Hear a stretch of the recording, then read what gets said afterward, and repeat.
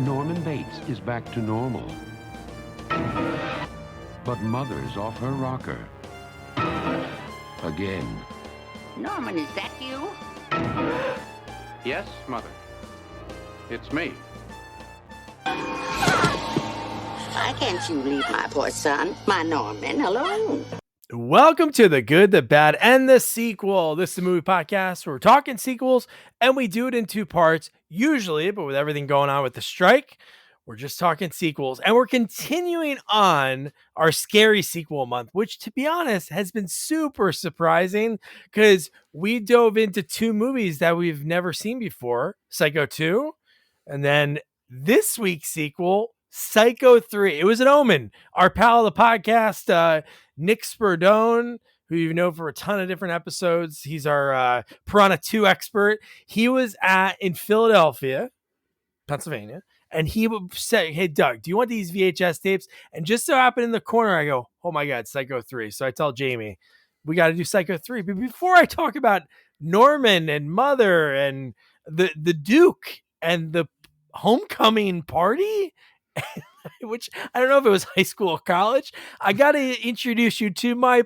partner in the sequel watching journey, Jamie Riccardi. Jamie, how you doing, man? I'm okay, Doug. How are you doing? I am, again, pleasantly surprised because of, I'll say my piece first. I'm not going to go too far into the movie, but I'm going to say that it's so crazy for a movie that the only reason I knew there was a sequel, like when I was a kid, I'd go to the video store and your dad owned a video store. Yep. So you remember like going through the aisles and looking at box cover art. Yep. For some reason, I don't remember the second one, maybe not as much because it's not as different, but the third one with him holding the keys in front of the hotel, I'm like, I think I would remember that, but no. But the fact that we watched the second one, and honestly, still awesome movie. And from what Egan, our buddy Egan, told us, like, hey, this one's more of a slasher. I went in like different, like even you at the end of last week, you were like, I don't know how this is gonna be. I don't think it's gonna be as good, and which is hard because the second one was really good. But man, I was pleasantly surprised. How about you? So I think based on you starting like that, I think you know what I'm going to say. Oh no, I don't. You don't? Okay. No. All right. So I feel like this is the case of, you have Psycho, which is top 3. I mean, maybe top 5 horror movies of all time. I mean, easy. Easy. And it's a classic. Everybody loves it. Then, to follow up on that movie is very difficult. And Psycho 2 does a good job. It's not as good as the first one, but it does hold its own. And, it's a worthy follow-up. Yes. To me, this movie is where it's like, when we see this a lot of movies, like they should have just stopped at 2. The 2 were great. Now you're pushing your luck because I thought 3 was awful. So really? I did. Okay. Okay. I did not like. Okay. There's so many things I did not like about this movie. One, I don't like the throwback camera angles that they did, like from the taken from the first movie. It looks so stupid and cheesy. I don't like the character of Duke. He's the creepy, my God! Right from the beginning, he can. First of all, he could have been, what's his name, Dennis Franz's son. Like they're both as creepy. Like he really could have. I just don't like the turn of Norman Bates after just 1 month. Like the whole second movie, he's a good guy. Like he's trying to stop and everything else. Yeah. And you're telling me all of a sudden he seems more crazy in this one than he does in the original movie. Oh, he definitely. The one thing I gotta say is and the clip that when you were talking with Jeff Fahey on Instagram and he sent a clip of an interview he did for like the Scream Factory release of this. And it is so true. I gotta say, I'm not saying this is a great movie. This is like super campy compared to the second one. I thought the second one was like amazingly written. And I just thought the special effects were really good. The special effects were decent in this one too. But just the way he mentioned it, and that's one thing I wanted to say to you is no matter what, you can say the movie's awful, but man, Anthony Perkins, he is just so good. And the way Jeff Fahey said in that interview, he was like, as soon as he'd be talking normal like Tony Perkins and then snap, he'd turn into the character, start shaking. He's so good. And we got to reiterate again, why never, he should have been in more stuff. Okay. So yes, I do think he's a good Norman Bates and he plays the role well. However, I think he started playing this role too campy in this one. I think he was so over the top obvious in front of everybody that no one noticed. I know. Okay. I know. Okay. The one so clip you know, like so it's crazy. It's ridiculous. I mean, it really is like the way he can't look any more guilty than he does in every conversation he has with someone, and everybody seems oblivious to it. So, like, I just think he was way over the top, and it's strange. He makes the same face in this one he makes in the first one. When you finally reveal his face, he looks like the girl. I forget her name from summer camp. Is it? Angela. You don't think that yes, for summer camp, right? Is it summer camp? No. What the hell's the name of the movie? I should know that movie. Sleepaway Camp. Sleepaway Camp. So you know how she has her mouth open at the end and like it's like a weird. That's what he does in this movie, and it just like he just over exaggerates the crazy, and I think that also kind of ruins it. Like I don't know. I had a hard, and not for nothing. It seems like everybody's crazy in this movie. Like there's not one. Like this movie's bizarre. I mean, it is. First of all, it's so bizarre. Yeah. I thought his name was Wayne, by the way. It took me a while to finally hear Dwayne, but I thought it was Wayne. I'm thinking, all right, Wayne Duke. Is that a throwback to what's his name? John Wayne? John Wayne? Oh yeah, maybe. But then you heard it was Dwayne. But even so though, it sounds very close to John Wayne. It does, yeah. So okay. All right. And you're talking about this small town that somehow that it has a diner that has mostly like gross people in it, but then at the bar there's just like smoke show after smoke show sitting at the bar. Listen, this town, the way it's designed is so bizarre because it's like everything is like 30 miles apart because there's nothing around anything. Like you go to one place, it's all desert. Then you go to the next place, it's all desert. And then you go to the next place, it's just weird. Like it's just weird kind of town. But the beginning of the movie, you know, you said something like it's like an omen. Where you said that, I think, because it gave you the movie, the box. The beginning of the movie reminded the way it started. It was almost like the omenish, like omenish is that a word? Because it was extremely creepy. Like the first scene is very creepy. Oh my god, dude! You know, and if it followed suit in like that, then okay. But it just. To me, it just started going downhill. It's just weird. So, all right. Anyway, that's a lot of talking. You know, it's funny that when we talked about the second one just 2 weeks ago, we were like, everything that we brought up, we're like, oh, this is very interesting. The thing about this one, it's things that are so bizarre that they made in the script, like Tom, who wrote the last one. I can't think of his last name right now, but like. It was so well written that the second movie, this one has lines in it to me that feel like they were just like, say whatever, we gotta get out of here. Like the one woman that gets her throat slashed on the toilet, she says and does some of the like most bizarre shit I've ever heard. Listen, the whole sex scene was bizarre with Dwayne Duke. I mean, that was what was going on? What about the photo? Wait. He just met her at the bar. I know. Where did the photos come from? Well, that's what I said. Like he set up the room. Like it's so weird. I mean, it really is. And what also got me is this movie doesn't hide the fact that Norman's crazy, right? I mean, from the beginning, it doesn't hide the fact. Why are they still blurring his face? Yeah, the only time that I got a little tripped up, which we'll get to. Let's go through the movie because the one part, and I wanted to ask your opinion on that one part too because it was so bizarre. The other ones, you're right. You saw we'll get to it. Okay, we'll get there. Okay, go ahead. So, but so you mentioned like how creepy the beginning is when you see like this. You see Maureen, and she's this nun, and we don't know much about her. There's no we find out later. It was basically, it was so weird because she talked about later in the movie that she was like having desires for their man. So I don't know if that's why she was going to jump off the top of the church. Because she's a nun and she started having immoral thoughts. So I guess she felt like she's not worthy, for God, and she wanted to end her life, But okay, so she clearly has issues. And I obviously for these nuns, even the way it was shot, like the nuns running up the stairs, scary. and it was like it was like watching Damien or The Omen. Like it was like old school, like creepy like that. And then what happens, like clearly was an accident. Right. I mean, like, so like at one moment, these nuns are like very passionate to save her and help her and, they care about her. And the other one, I think after what happens, she's like, you're damned to hell. After that, like, it's like she literally forgot what it was an accident. It wasn't like, whatever. But yeah, it was creepy, man. Yeah, build a more sturdy railing. The fact that she was pulling on her, and then Maureen was like, you know what, maybe I don't want to die, and she like gave in a little bit, and then that's when the nun went through the railing, and the way she fell, it looked so. Why? So good. Why is it so high? Why is it so high up in the air? Like, what they need that many stairs for? I mean, I guess it's the bell, right? Is like as they ring the bell, like. Yeah, it's just that, it reminded me of well, obviously like Vertigo has that scene and like High Anxiety has that same scene, right? But it reminds me of Batman, the original Tim Burton Batman. It does, it does. But why are they so high up? Like a bell doesn't make a lot of noise if it's lower. Well, no, it's not going to go as far.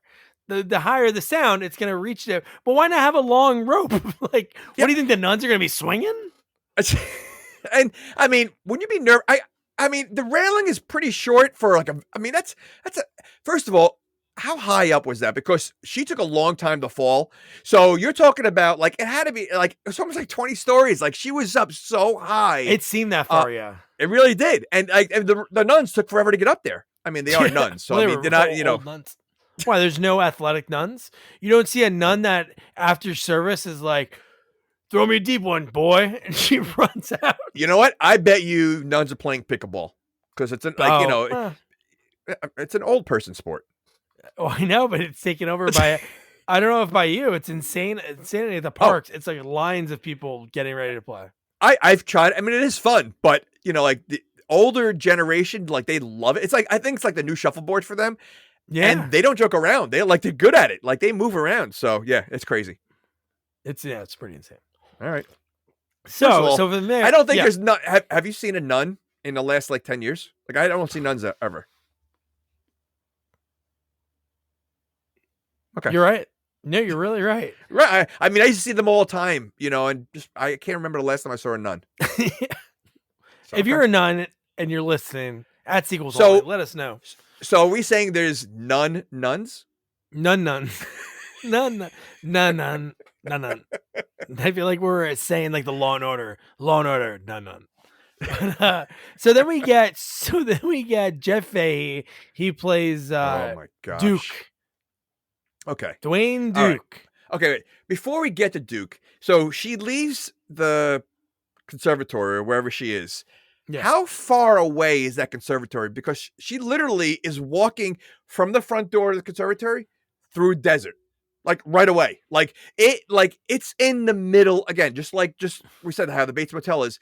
This is literally in the middle of nowhere because she's hiking through desert to get to the main road. Yeah, and you know what? I wanted to ask you real quick.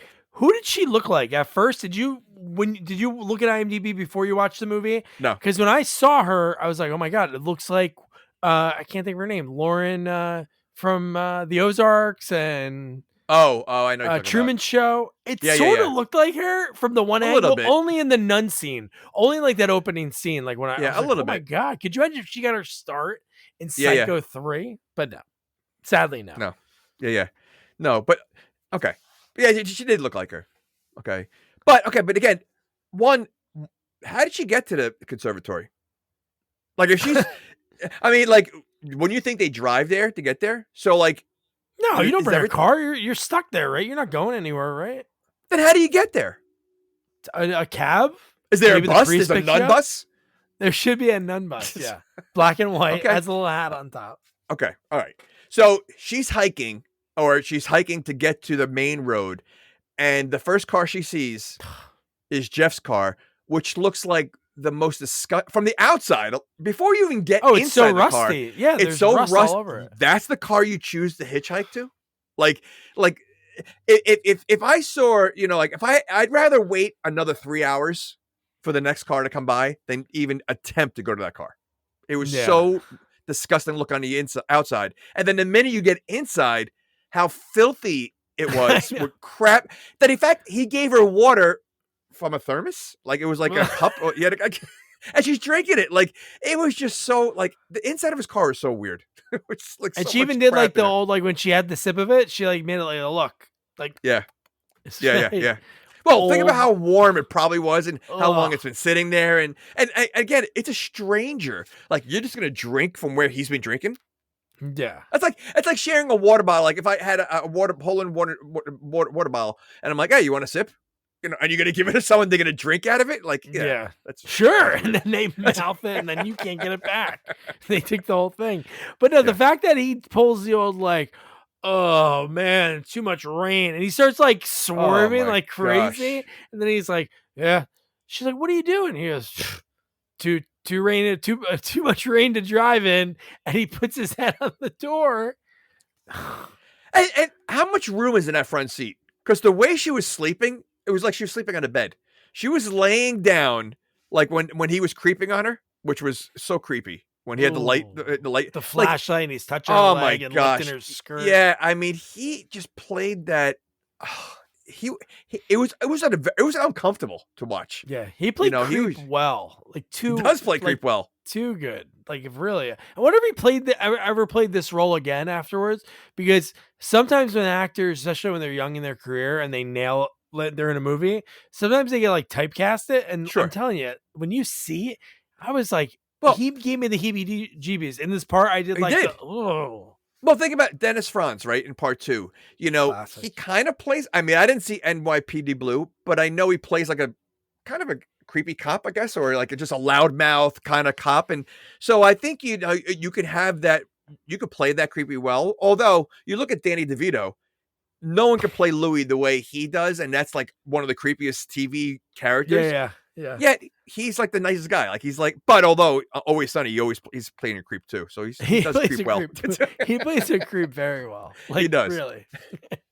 But so then the fact that he wakes her up with that, and you know, obviously she's a woman in a situation with some guy in the middle of nowhere. So she does, oh, I'm so sorry, because he said you're creeping on my side, which he was creeping on her. She's like, oh, I'm so sorry. And then he starts like making out with her. What was really weird was her line to him was, I just never did anything like this before. She said something along those lines. And he was like, how do you know you don't like it? Was like this weird exchange. Instead of her saying like, no, I don't want this. Right. She was like, you don't know how old she was when she went to the conservatory, right? So I don't know. Yeah, right. So I mean, she could have been really young, and so like just having a guy just even interact with her, that's what she's probably talking about. But it was just like he's forcing himself on her. She's like obviously uncomfortable because she gets out in the middle of nowhere in the rain, you know, because she, you know, and then his line to her, the creepiest but very awesome line of, you could have been coming instead of going. I mean really, like, I mean, yeah, he's such a like a grease ball. Like he's so like, you know, and again, he plays it very well. But like that's why I said, like, you know, when he eventually meets Norman, does he only hang around with like only greasy guys can work at the Bates Motel? yeah. Although he didn't hire Franz, you know, Dennis Franz. So he did. No, the hospital somehow hired them. They picked him to run a motel for someone. Who what did they do? Whoever was the top application. They didn't even interview anybody. They just said, okay, you got a pulse here. I like how they say like run a hotel, because until the prom happens, once again, there's no one at this hotel. Like, how is this hotel staying in business? Who's paying for the electricity? How is Norman affording his house? Like all the literally, like he's always saying there's renovations going on. He's always fixing it up, but like no one's ever coming. And the thing he was pumping up, which is a cool like foreshadowing, when he's like, oh, you know, when he was talking to Duke about it, and he goes, hey, you know, I did some renovations, fixed up some rooms, got a new ice machine. Like that was like brand new ice machine. And it's like, oh, that's coming back. He was talking about ordering other equipment too. I forget what he said. Like, where's he getting the money from?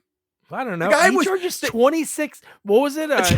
$24.95 for a single, For single, double was, I forgot what it was. Yeah, because the girl, the nun, that's all she had was $25, and he gave her a nickel back. But no one's going there. Again, and Norman was away for 20 years. So he wasn't working for 20 years. So again, where's he getting the money from? Because even when they opened up the cash register, there's maybe $15 in there. There was a 5, a 10, a single. It was nothing in there. The torn 5 the torn corner 5 that plays such an important role in this movie. And that's another thing I want to talk to you when we get to Duke, when his sort of turn in a way that to me was really bizarre. It made me think something else, but we'll get to it there. Yeah, but I know. You know what we do? We cut to our buddy Norman, and even that. So this movie starts off with it creeping us out, and then it goes straight to grossing us out because he's stuffing a bird, which is the grossest looking thing. The way he's shoving everything in, and then without washing his hands. Again, I know that's a proper and everything. I know what you're gonna say, but dude, when he wipes the peanut butter on the cracker. Okay, first of all, he's got the worst diet because it's either cheese sandwiches or peanut butter and crackers. Oh, you know what? He didn't have one toasted cheddar the whole movie. No, but he was eating as he's. First of all, the fact that these 3 birds committed suicide, they jumped off they jumped off the tree and landed on the ground and died. All 3 of them, except one comes back to life. But the fact that why? Why did all 3 of them die? Or almost Mother died? did it. Maybe Mother did it. And it was Mother. Was one playing possum? Because he came alive inside the house. So, did you think that he was going to snap its neck when he took it outside? I thought he was. Yeah, absolutely. I thought he was going to snap the neck. So, but see, okay. So the fact that he brought the bird back outside and then, saved its life and, gave him back to nature shows that he's still a good guy from the second movie. Yeah. So, his crazy turn in this just doesn't make sense of how crazy he gets. I just don't I just think that, they didn't have too many options. It's, what are you going to do now? You're going to have some, whatever. So I think I guess they wanted to show us different. I mean, they do show us a different side of Norman's mom, which doesn't make sense. Some of the things she does. I mean, but yeah. So, I mean, I was, literally, we see other sides of his mom. That is true. We see the side of her when she's sitting in a chair. Oh my gosh. She's sitting up in the bed. She disappears. She's pointing. I mean, yeah, dude, when she's pointing. Is she made of that Gumby kind of thing where you can just wires in there that you can bend her anyway? And because literally she's dusty at the end of the movie. You see a lot of dust flying when the something 2 moms. Happens. We get to see both of them. Yeah. But I'm okay. But they're dusty. So how is she able to? I would think if you try to bend the fingers or anything, it's just gonna break. Yeah, I mean it's gonna fall off. So yeah, it just doesn't make sense. Oh my god! And then right at this point, this one's sleaze bag. The Duke shows up at the hotel, like you said, there was that drawer that had nothing in it, but he was looking at it and he was thinking about stealing it. But bing bong, who walks in? Norman. Oh, and is there a reason why there's a help wanted sign at this motel? Is he so busy that he needs help?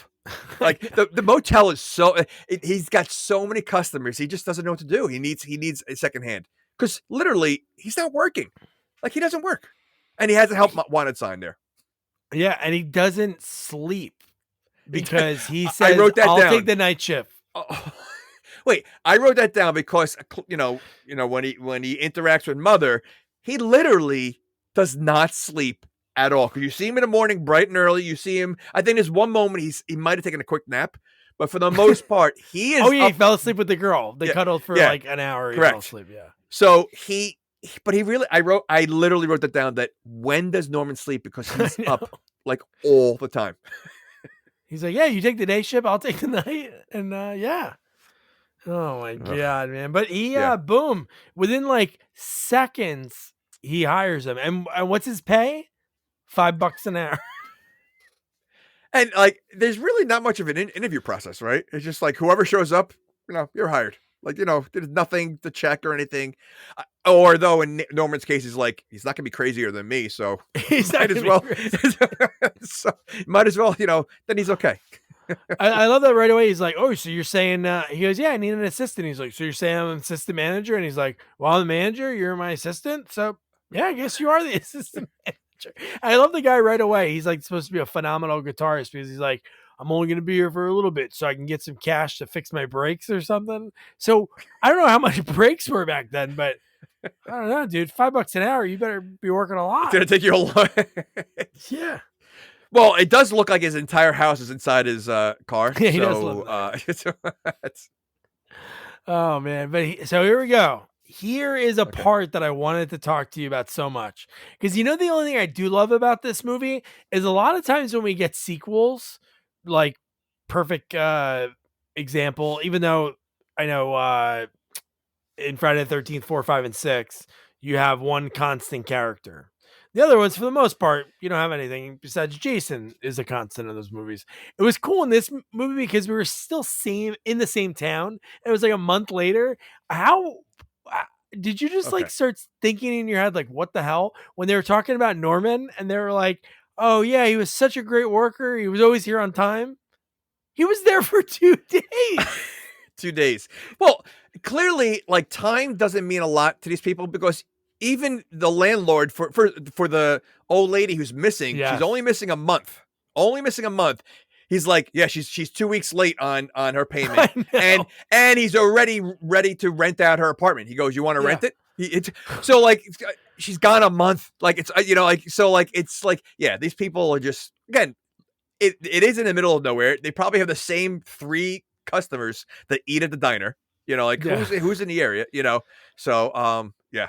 But okay, so I another thing I don't like about the movie is the fact that this character is it Marianne? The reporter? That's all I wrote. Yeah, no, the nun. Oh, Maureen. Maureen, okay. The fact that he's obsessed with her because she reminds of the first movie. MC on the suitcase, Right. I mean, but he only knew the girl in the first movie very shortly. Like the first night, she's dead. He killed 7 other women.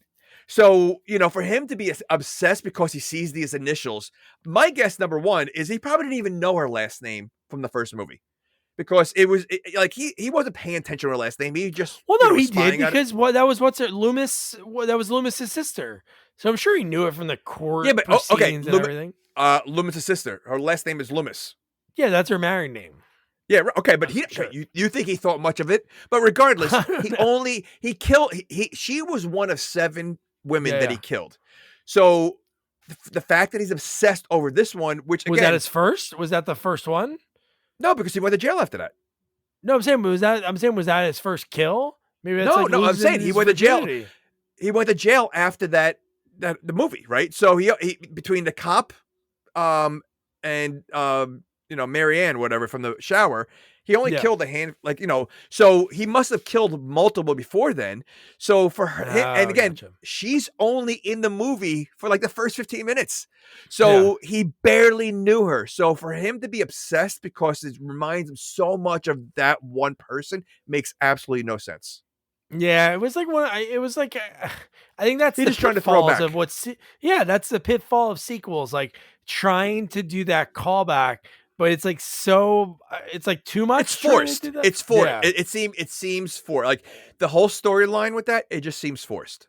Yeah. No, I agree with that. It was just so the whole thing when he saw her first of all, the fact that the reporter was like, I'm here. Okay. I want to talk to. Yeah. Okay.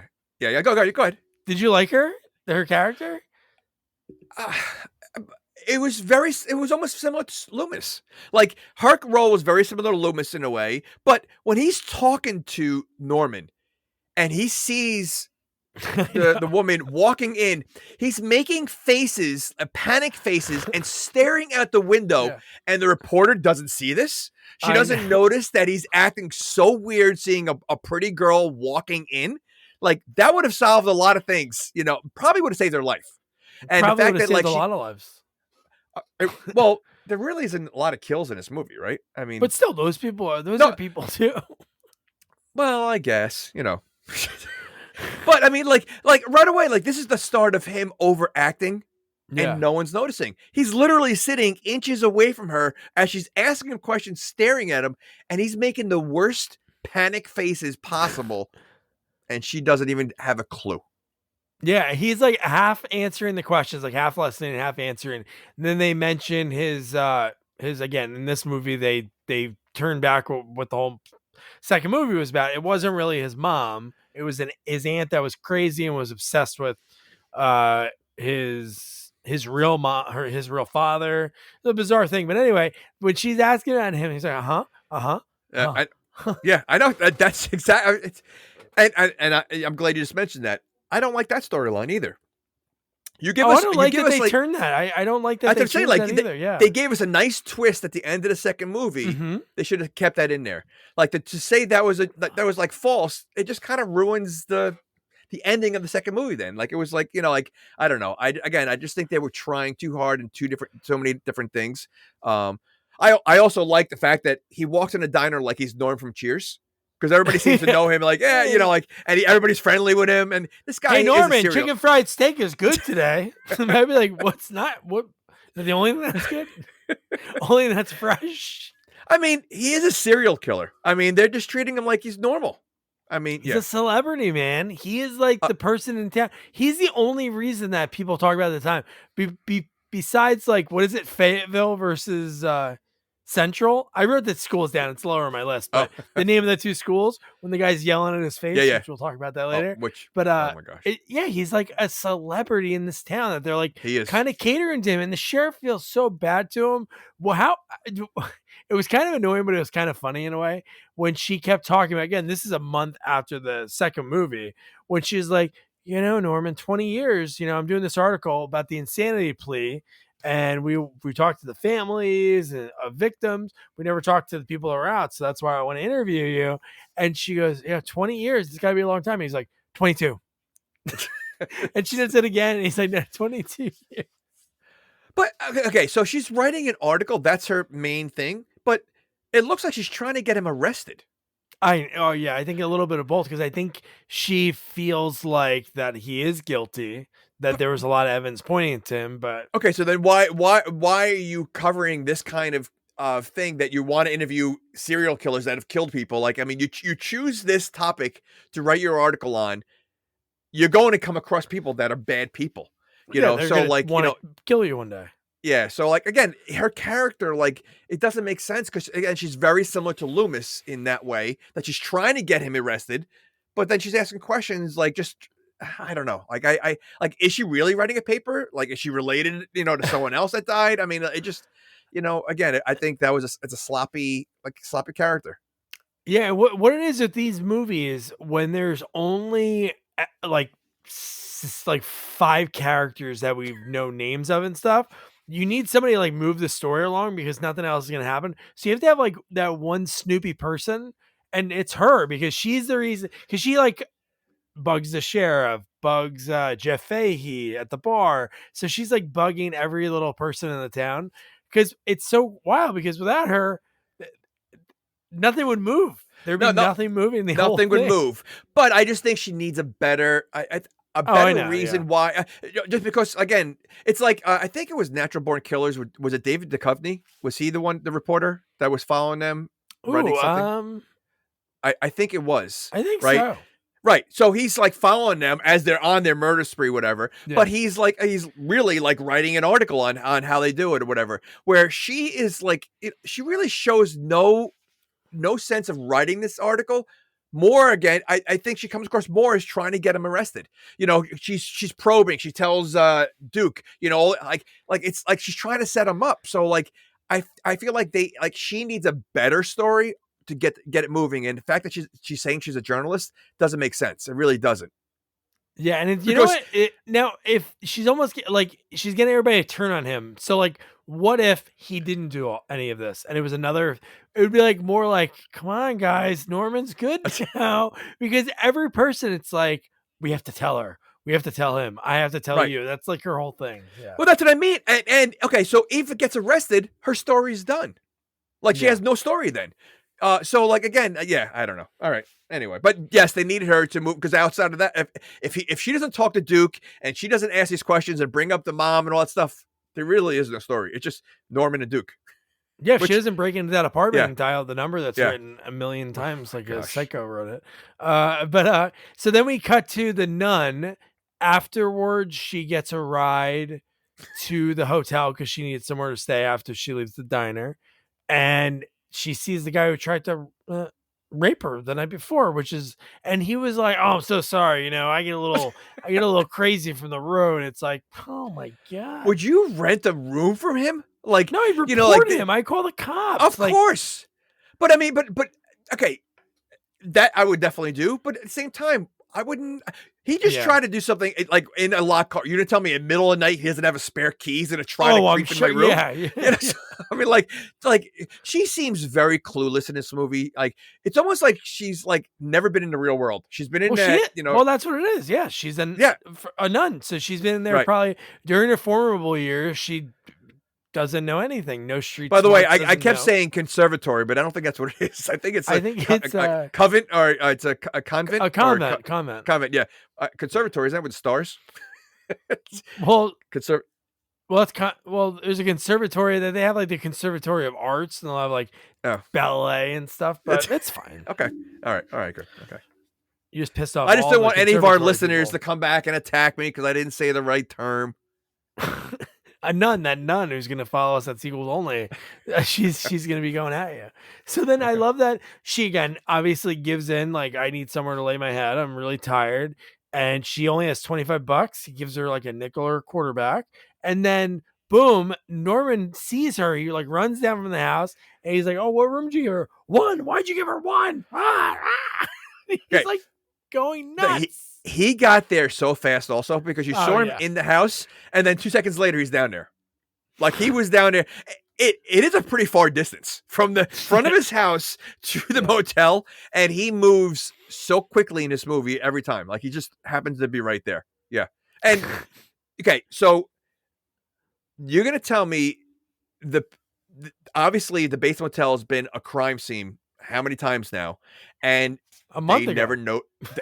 Right, a month ago, but also 20 years before that. You're going to tell me between the 20 years of the murders, the month ago murders, they don't see the peephole once? I know. I saw it. It was so easy. That one, of course, that one shot, so I'm like, oh, I see the light coming through. Yeah, right. So, like, you're going to tell me, like, they never, like, that's clearly the room, number 1, is where the most action is for him.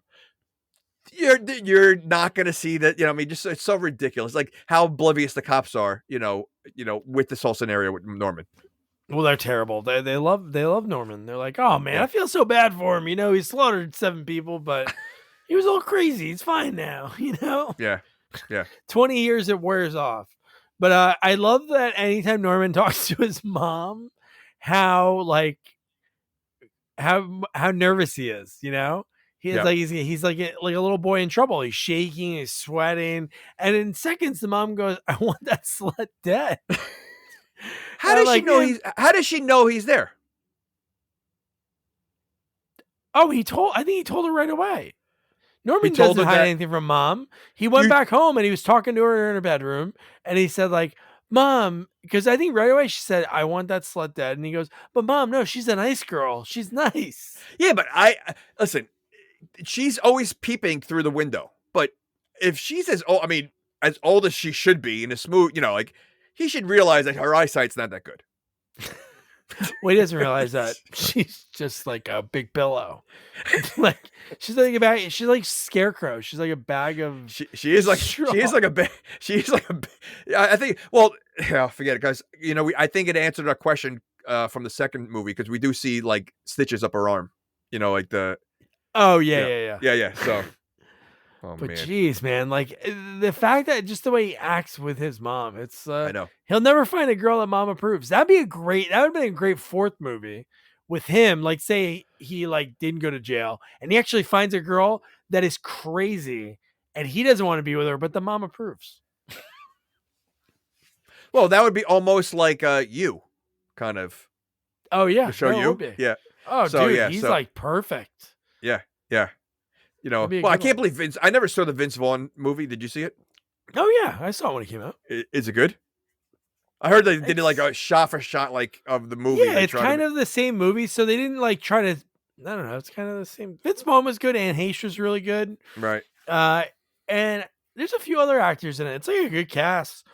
It was neat that they tried it, but it didn't work out. All right. Good. All right. I wonder if that did really well. If from there they would have done like actual remakes of the other ones, because the only thing they did after that were movies inspired by. They did like newer spins on like Rear Window and a bunch of other ones. But Yeah, didn't Shia LaBeouf do one of Rear Window? I think. Oh yeah, I thought it was good. Yeah, Disturbia, right, or something like that. I think it was. Yeah, called. I thought it was really the spin on it. The guy who played the neighbor, I'm trying to think who it was. He did a phenomenal job. Like he was so good at. I don't remember the movie, but yeah, good movie. I like the girl in it. The girl was like really hot in like the late 2000s, and then she disappeared. I don't know. I Googled it afterwards, and it's like maybe Norman got to her. She did this, or she really did disappear. 2009, she went missing, and I'm like making a joke about it. Oh my gosh, I don't know about that, but yeah. So the fact that where are we now? So then, oh my god. So Jeff Fahey, he steals $5. He steals a corner rip $5. It's like perfectly cut, and he heads to the bar, which I'm bet you $5 back then can go a long way. And he sees the reporter in there drinking. Flirts with her. Hits on her right away. Like he's such a sleaze. Like he really is. So, but the fact that like she like once she finds out where he's working, she's like ordering more drinks because she knows. Oh, like, you know, dude! like as soon as he threw the thing, because she said, "What did he say?" He said he tried to say like a diss to her, but he like threw the matches. It was part of the thing, like something to light this. And threw him, and she saw it was the Bates Motel. Which again, Norman can't even afford. Nobody goes in there, but he doesn't afford to like get like custom matchboxes. Like that's what's happening in this movie.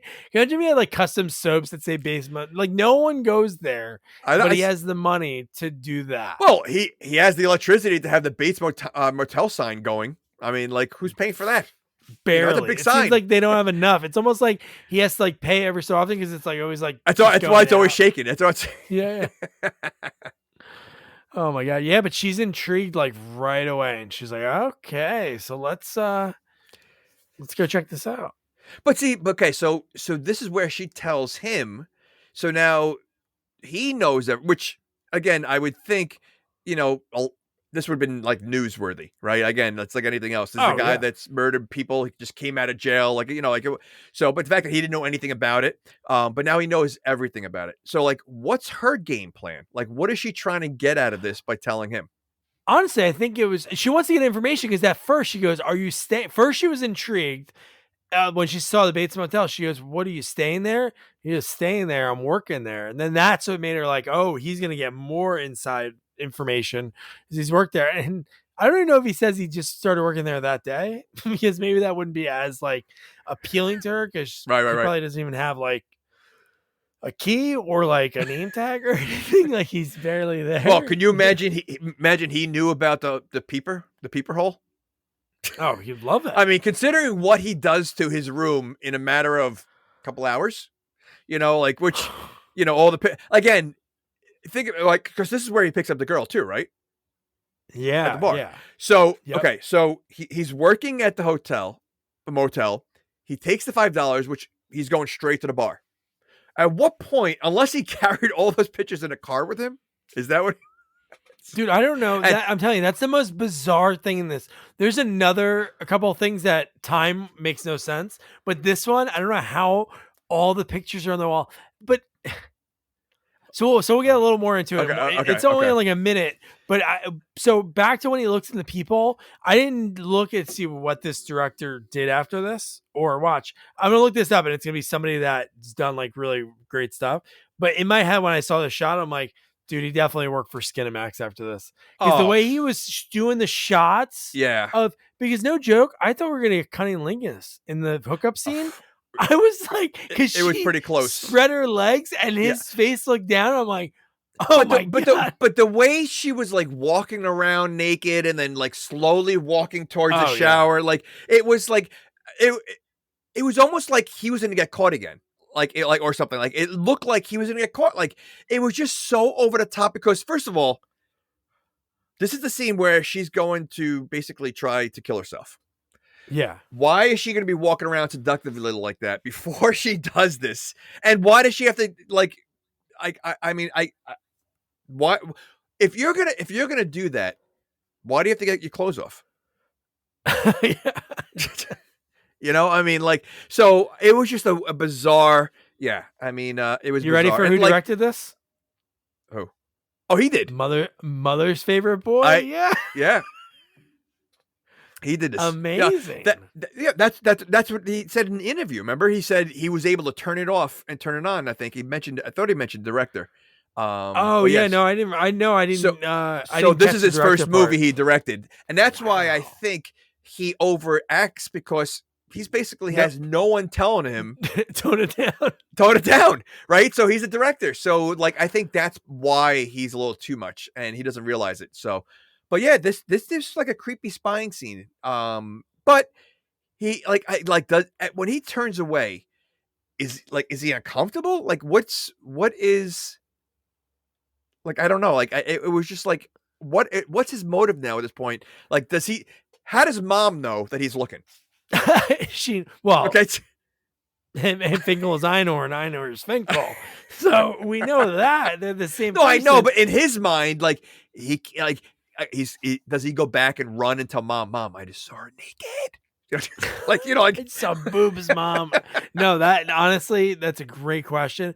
But I just looked at something interesting. Now, after we're done, or maybe at the end of the episode, people stick around. I'll play a clip for wherever I can find.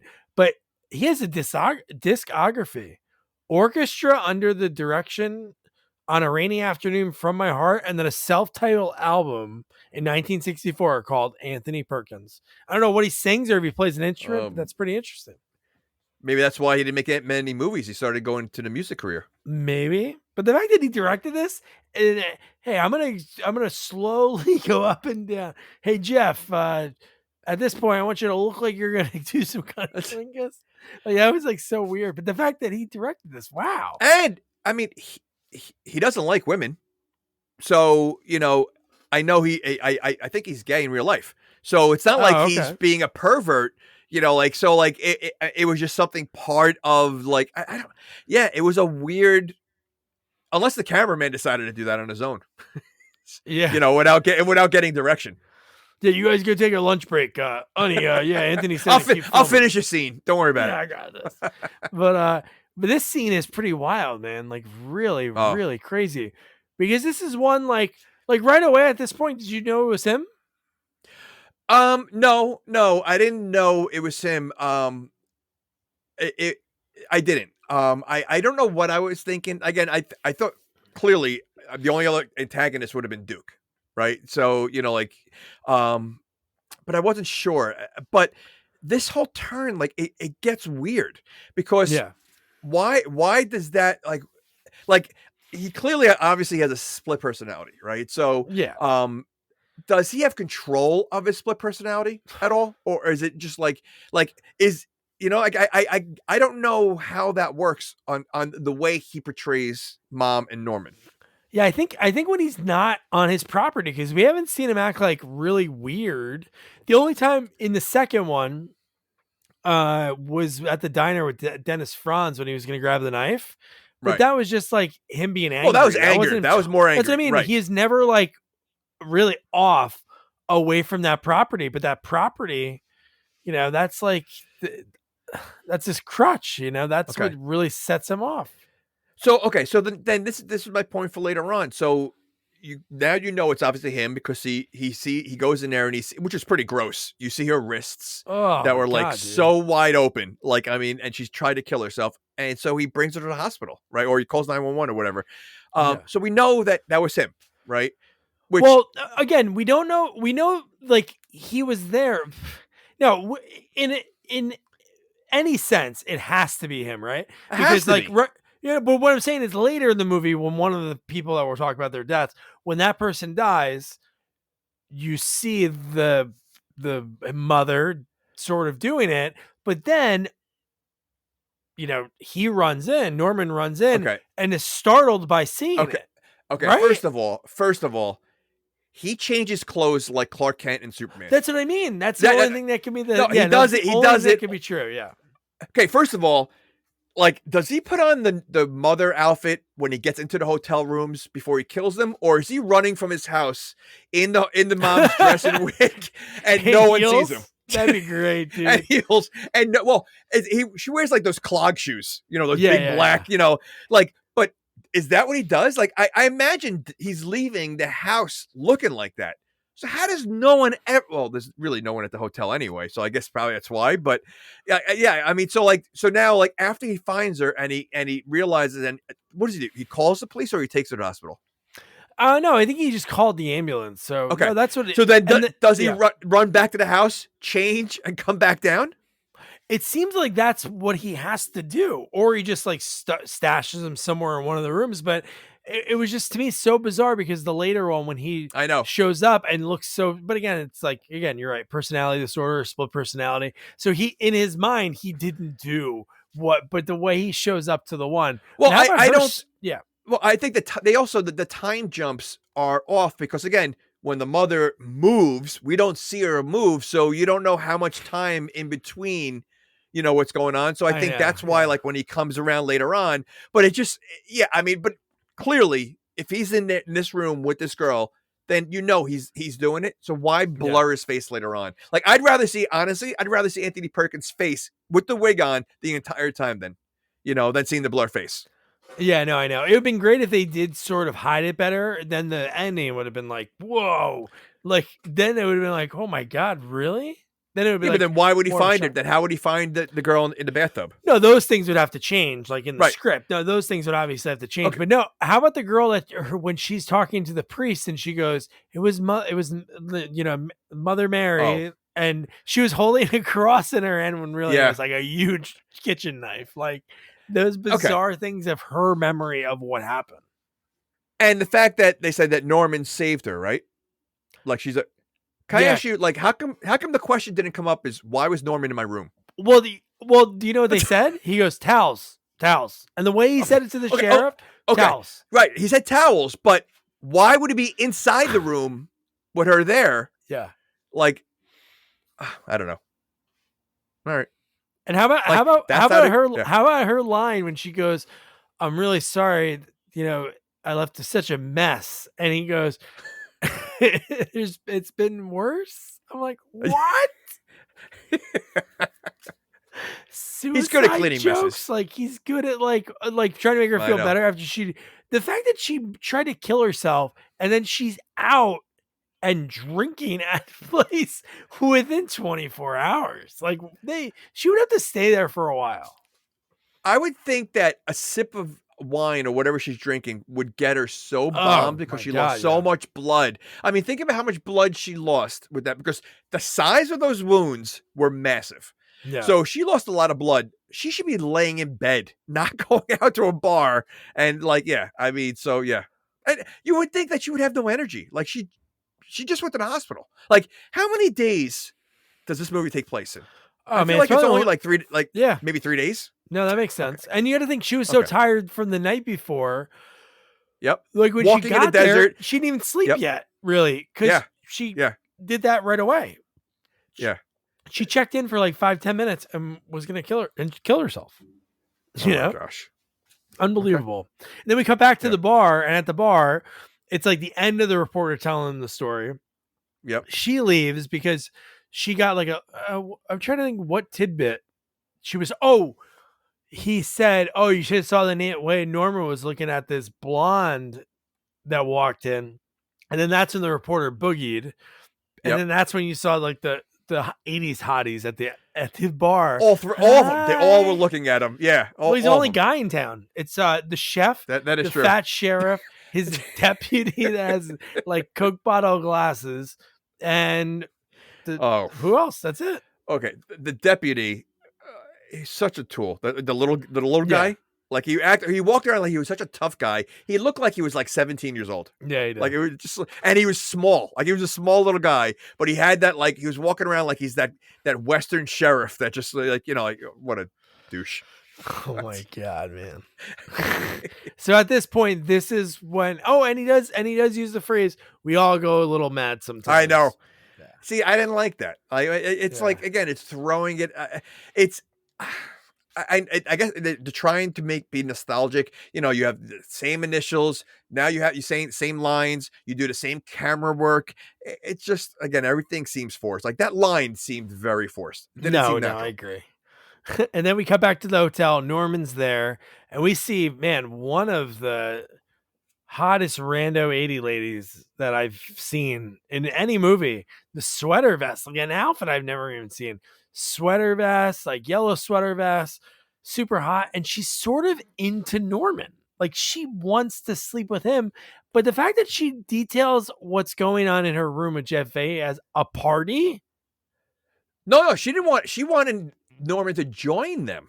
No, I know. That's what I'm saying. But she goes, we're having a party. Yeah. And you're thinking in your head, we're having a party. Like if that was me and I was like, oh my God, this girl's so hot, I'm going to go back. And it's like just some guy in the room. I'd be like, all right, see ya. Okay.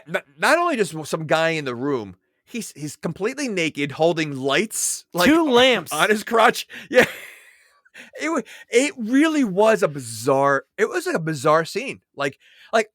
How did they come up with that? Like, this is the scene that you're gonna do with this girl, and it was just bizarre. Like the way she's moving to him, and he's like flashing these lights, and he got all the pornographic pictures on the wall. Not even a few. It's like they're wallpapered. They are. I wonder if like they were going in the scene. They're like, are they talking to the writer or Anthony Perkins? And they're like, so in this timeline, how do we put all these pictures up? Like, and what time? What's the motivation of it? Did I put them up? And then the girl came back, and I happily, like, I got so lucky to pick a girl that wouldn't be creeped out by this.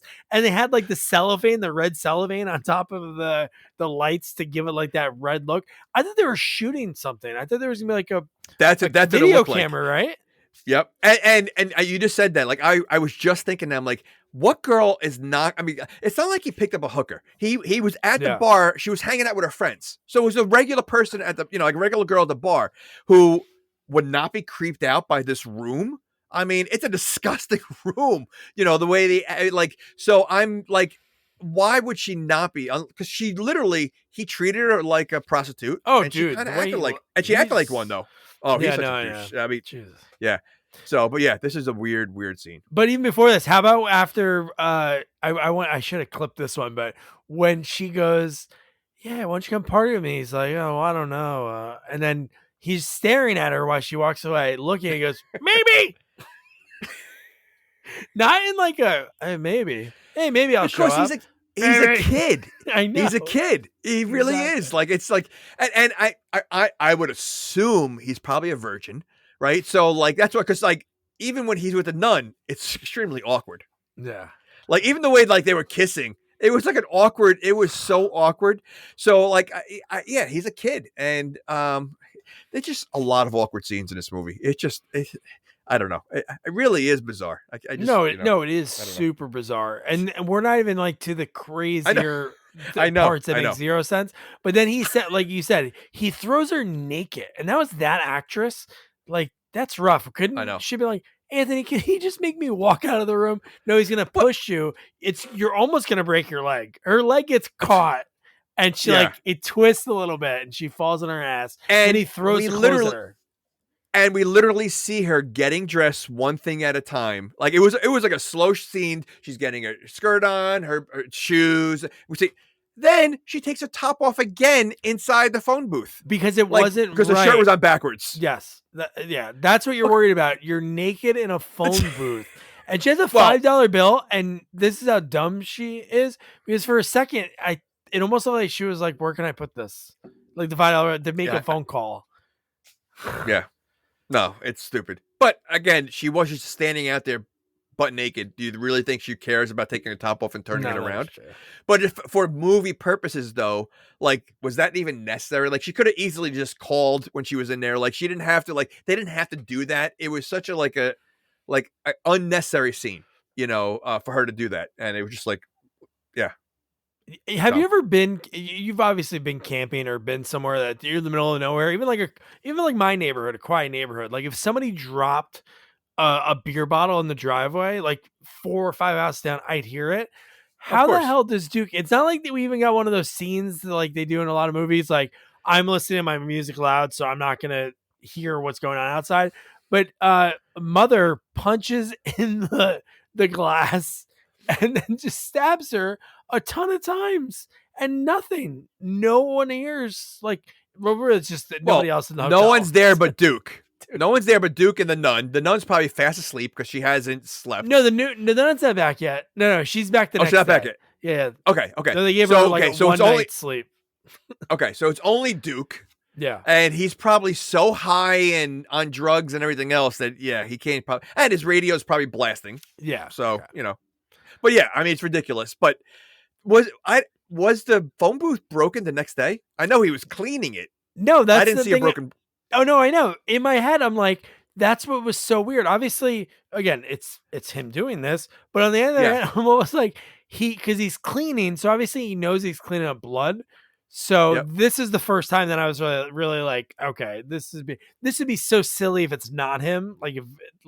Because why would he be cleaning the thing? Right. But no, I was thinking, I guess he has extra glass, so you can afford, monogrammed matches, and he has just like glass on hand for anytime he wants to break it, and that's like not a normal cut piece of glass. So he just like, one day I'm gonna murder a girl in there. Let me pick up some glass in the hardware store. Just in case. Just in case.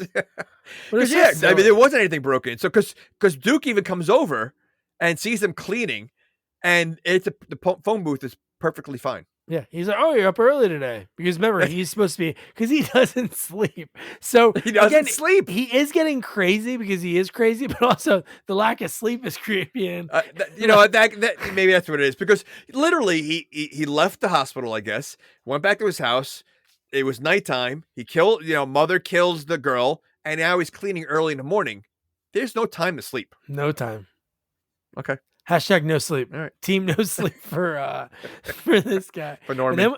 But then we get the line, the best. The fat guy who reminded me of kind of reminded me of that character actor Googie Gress, who's in like a ton of things. He was playing the heavyset guy.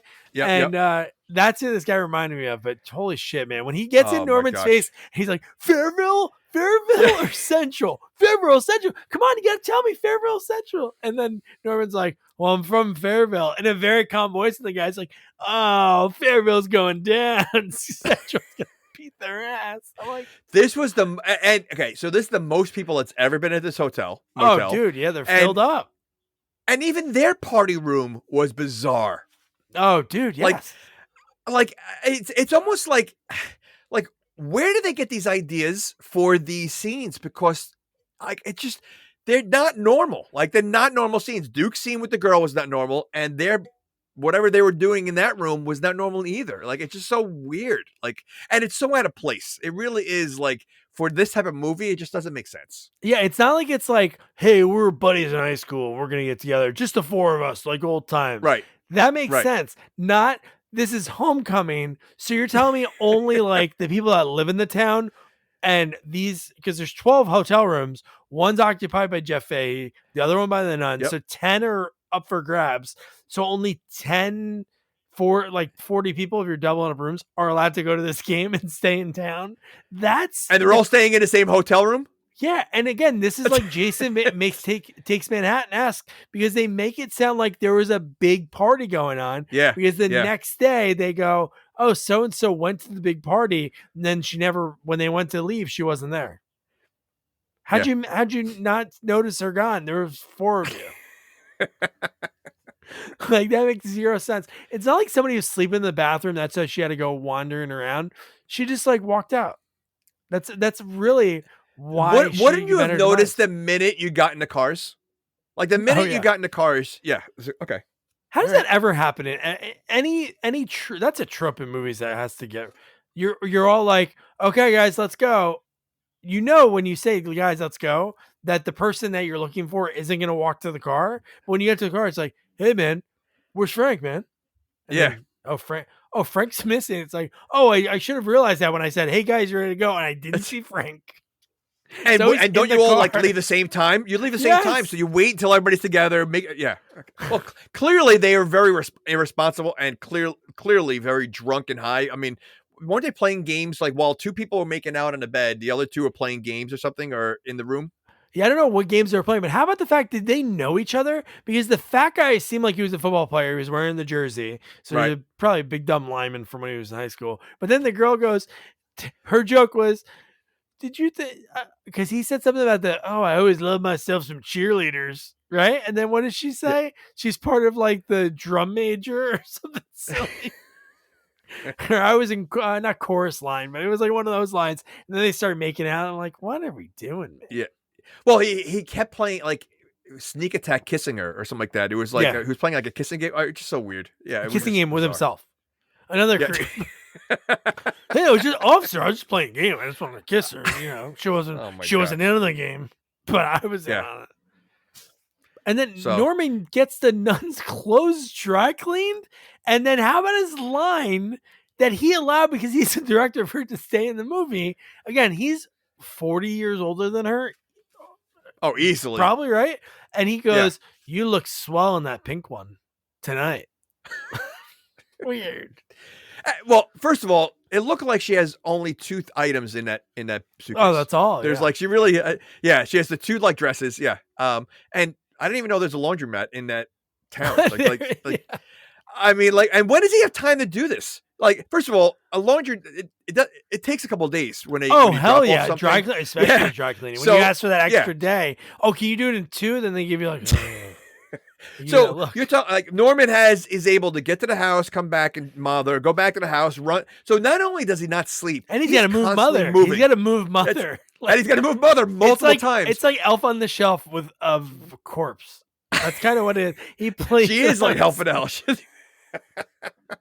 Mother on the shelf. That's what she is. Shelf. Oh my god, Jesus! Because this is close where we see her moving now for the first time. Like right or talking to her. Yeah, this is when she moves. She's sitting up. She's sitting up. Oh yeah, she's sitting up. Yeah, in the bed. Okay. She was laying down and then she was sitting up. Yeah. But did you hope in a way? I was really hoping in my head that they were going to the game. I don't know why. I was thinking I only wanted them to go because in my head I'm like, there's no actors in this movie, so it's gonna be really bizarre for him to shoot a scene with no one. Because I'm not saying they didn't have the budget for extras, but it seemed like it would be really silly to see a football scene in this movie with like actual people they recruited to play a game or went to a high school game. It was just so bizarre. Yeah, no, that didn't come up. So, but let me ask you this. Do you think Norman, because he does move his mom around a lot, do you think he like tucks her in at night, in the bed, brings her down in the kitchen to eat, shower, helps her get dressed, helps her shower because when you're older, you need help. Like, do you think he does all this stuff with her also? I hope because he moves her around. No, I hope so. Toasted cheddar sandwiches, and he eats them, and he's like, "Oh, mother, you finished? Ooh, someone was hungry." He probably has like a hole in her stomach, so when he puts like food in there, it just drops down to the bottom, and he pulls it out. Uses it again. Oh, mother! Hey, mother, don't hog all the pretzels. There's a bowl down there to catch the pretzels. It's probably like a stain on the pillow of like dust and dirt from her like laying on there. Like it's like if you lift the sheets up, you're gonna see like just where mother's sleeping. It's just like I just imagine like we just saw like a montage of him just taking care of his mom. Yeah, like reading, combing her hair, laughing, combing her 4 hairs that are up there, and they're watching Golden Girls, both cackling. See, now if this is like a comedy, I think that'd be good. They ever spoof this in scary movies? I don't think so. They definitely spoofed in things the knife scene in comedies and stuff. But yeah, they have to. I hope they would have done it in scary movies. Oh, or High Anxiety must have done it. Mel Brooks Anxiety definitely had to do it, right? High Anxiety, they spoofed all of his movies. That's what I mean. So this one has to be. He did. Remember, because he was taking a shower in High Anxiety, and the guy with the newspaper. He goes, here's your paper here. And he's like stabbing him with the newspaper. And then you see the ink of the newspaper going down like blood. Yeah, the same shot. Yeah, you're right. That is such a funny movie. I need to watch it. I have that vinyl, the record. Springtime I think for Hitler is a little something. I think between, I know a lot of people like I know we're off topic, but I know a lot of people like Men in Tights. And Men in Tights is funny. But to me, that's like if you're going to talk about Mel Brooks, you got to talk Blazing Saddles, History of the World, High Anxiety. Those are the 3 like staples of them. Silent movie. But I like what's the one with him and his wife? Life Stinks? No. Is it like That was the late one. That one stunk. Did it? That was like one of his. That was one of. You know what's funny? You think about in that movie, he was probably 60, mid 60s. Somebody I interviewed, David L. Snyder, I think, worked on that movie. Or no, Stephen Poster was a cinematographer on Life Stinks. And you gotta think he looked kind of old now. Then, Yeah, I know. The guy's still kicking. It's crazy. He is, and he's still talking. You know, like he was part of History of the World, but him and Dick Van Dyke, man. No, I Dick Van Dyke. Protect them. Oh, at Dick all Van Dyke. costs. Oh, I'm saying protect them at all costs. Yeah. So no, but old. Yeah. That to me is like I said. I think High Anxiety was probably in the top 3 of his movies. Oh yeah. Listeners, if you haven't watched the Mel Brooks movies, go back to all of them. Spaceballs, they're so good. The bird scene. Oh, I forgot about Spaceballs. But the bird scene when they're all crapping on him. Oh, when they're crapping on him. That's a tough top 3. It is. Spaceballs has to be in there. Okay, so then what do you take out of there? You have Blazing Saddles, History of the World, High Anxiety. That's a tough call. That's really tough. You know, like, I mean, History of the World, you know, when you watch it now, it is very corny, but it's still funny. I mean, oh no, it's still great. It's probably his most quoted movie. It's probably one of the most quoted movies ever is History of the World. You know, Knight saves Queen and all that stuff. You know, Knight jumps Queen. Like, it is such a good movie. It's tough. I almost think that Spaceballs is number 4. I think his first, like, those 3 are classics. Like, Blazing Saddles is number 1. I mean, by far. Wow, that's a tough one, right? It is really hard, and there's got to be one we're leaving out now. Out of that, the producers, Young Frankenstein. Oh, Young Frankenstein. Oh my gosh! You know what? That okay. The producers was the Springtime for Hitler. I don't know why I was saying it was. Yeah. Yes. Yeah. But now Young Frankenstein. You know what? That's in the top 3. Silent Movie wasn't bad either. I like Silent Movie. Yeah. Oh, To Be or Not to Be was the one with him and his wife. That was pretty good. Okay. No, they're all good, but okay. So now that we have this again, you know what's crazy? Yeah, it's almost. He only made like 10. Yeah, his career, like of his movies, is very like. It's like what's his name? John. Who wrote Home Alone? John Hughes. Everything a home run. Really, everything he worked on. Yeah, was a home run. Well, because no one made comedies like him, you know. Yeah. But I forgot. Young Frankenstein is might be number 2. I mean, Young Frankenstein is amazing. You know what it is? Gene Wilder. I mean, he doesn't make too many bad movies, and he makes the movies. I mean, he's in all his movies, so just so good. So good, guys. If you haven't seen any of Mel Brooks, go to it. And back to The Reporter now at this point, because she's so obsessed with Emma Spool, which that's where she kind of gets more information after she's talking to the Duke, because that night is when she goes, right? Oh no, the next day. Well, because she met with the chef at the diner. She had a meeting with the diner guy, and that's why she goes, because he said she's been missing for a month, and she never missed. That's where she decides to go to the house. To go to her house, and then that's when she sees everywhere on the thing the same phone number. Over and over and over again. And then she calls it, which again, is this something I get it, because they wouldn't live in the hotel, but I would think when that hotel was like hipping and doing great in like the 60s, right? I'm sure they had the phone should have ring at the hotel, not in the house for Norman. Okay.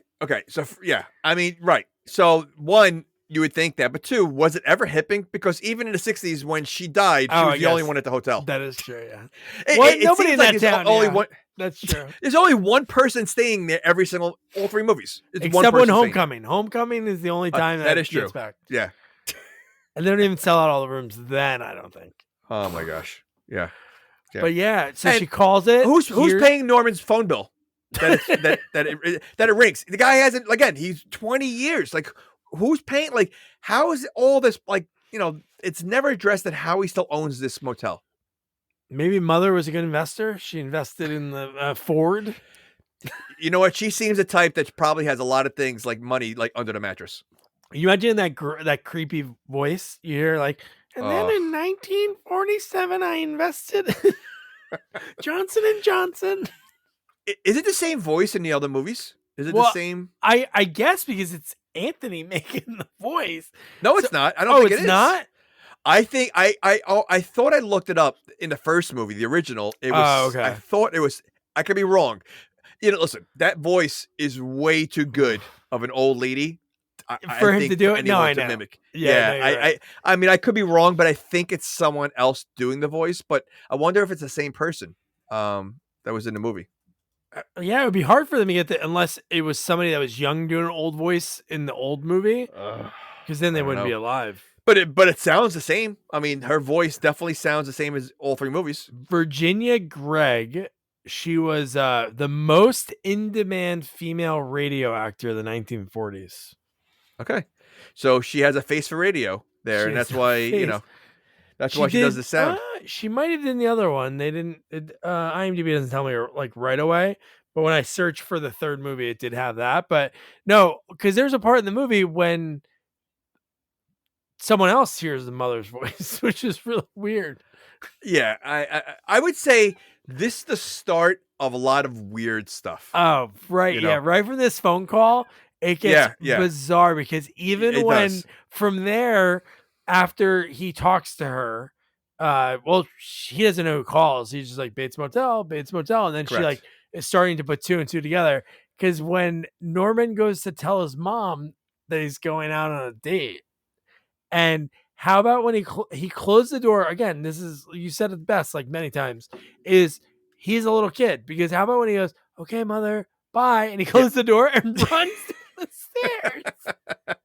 And it's the way he runs too. Like he's like, not But okay, so why is it bizarre that Spool has Norman's number? She got arrested, or they know that she's the one that killed all those people in part 2. So they know she was there. They don't know that she did it yet. They don't know she did it? No, not at all. They just think she's they just think she's. Because remember in the beginning when he's doing the stuffing of the bird, oh yeah, you're right. Emma Spool missing 1 month. I forgot. I forgot that nothing about any of that. The only time we learned about any of it is after this point. This is when the wheels start turning from the reporter, and this is when she goes to the cook and asks, "Who'd you buy the place from?" And then he goes, "Oh, this fella named so and so. He's in a old folks home." So that's why she goes there and interviews that guy in the most painful scene ever. Like, okay. And you're gonna trust anything out of that guy's mouth? I mean, like, like that's your source. Like that's all right. Now we know everything because this guy who doesn't even know what planet he's on, he clearly his mind is gone. Yet she's using him as a source. Yeah. Well, which I wrote down one of the quotes. So one of the things he said that was really silly. But here is the part. So they're getting drunk in the restaurant, which is fine. It'd been great if they were eating and we saw him eat something other than like peanut butter crackers or toasted cheddar. Or I think it would be funny if he had like a sandwich. Oh my God. Yeah, dude. It's like everybody's eating like tomahawk steak. And he has a sandwich. I have a sandwich. Oh, we don't have that. Oh, I brought my own. But I brought my own bread. Don't worry. Dude, the line of this movie, did you watch with did Steph or no. solo? Your full solo? Yeah. So there was a line. My wife just fell asleep at this part as I started late last night. When you saw Anthony casted some beautiful women, whoever the casting director was, because the woman that is getting the ice and we're getting like these weird shots of her when she walks past and then walks back in and looks at the Duke.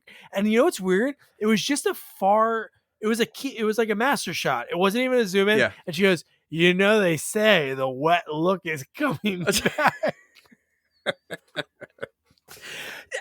Yeah, like you said, this is like a Skinamax movie. Oh, dude, on parts. I mean, like it's got that creepy vibe of like just like that late night Showtime, Skinamax or Cinemax, like movies. It's just weird. Like it's just weird. Like again, it doesn't fit. Yeah, I guess the only reason they did that, and I would love to hear like. I'm sure there's somebody behind the scenes, maybe an interview with Anthony Perkins or whoever wrote it, was at this point in the movie where they're still trying to get us to think that it's the Duke that's doing this, because there's no other reason for her to interact, but also she's supposedly at a party and it's the fat guy and the blonde woman like hooked together. And then there's another weird guy, right? and then it's just the girl that is probably a model from this podunk town somehow. Based on the whole group, I mean, she shouldn't even be friends with them.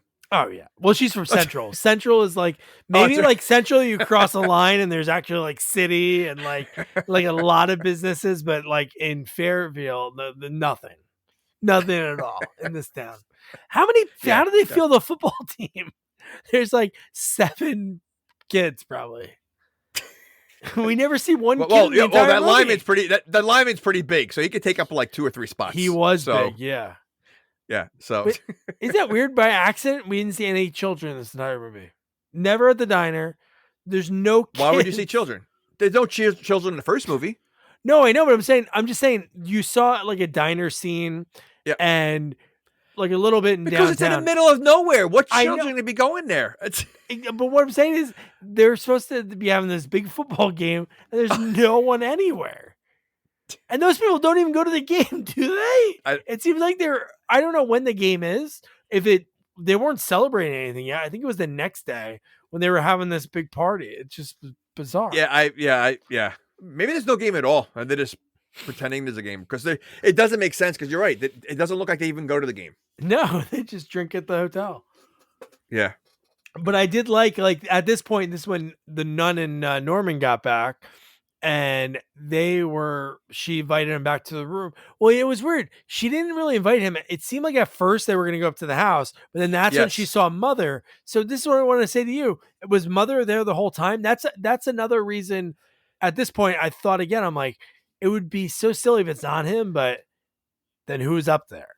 Like, you know what I mean? Like, was that set up like that the whole time? But he was out for a while.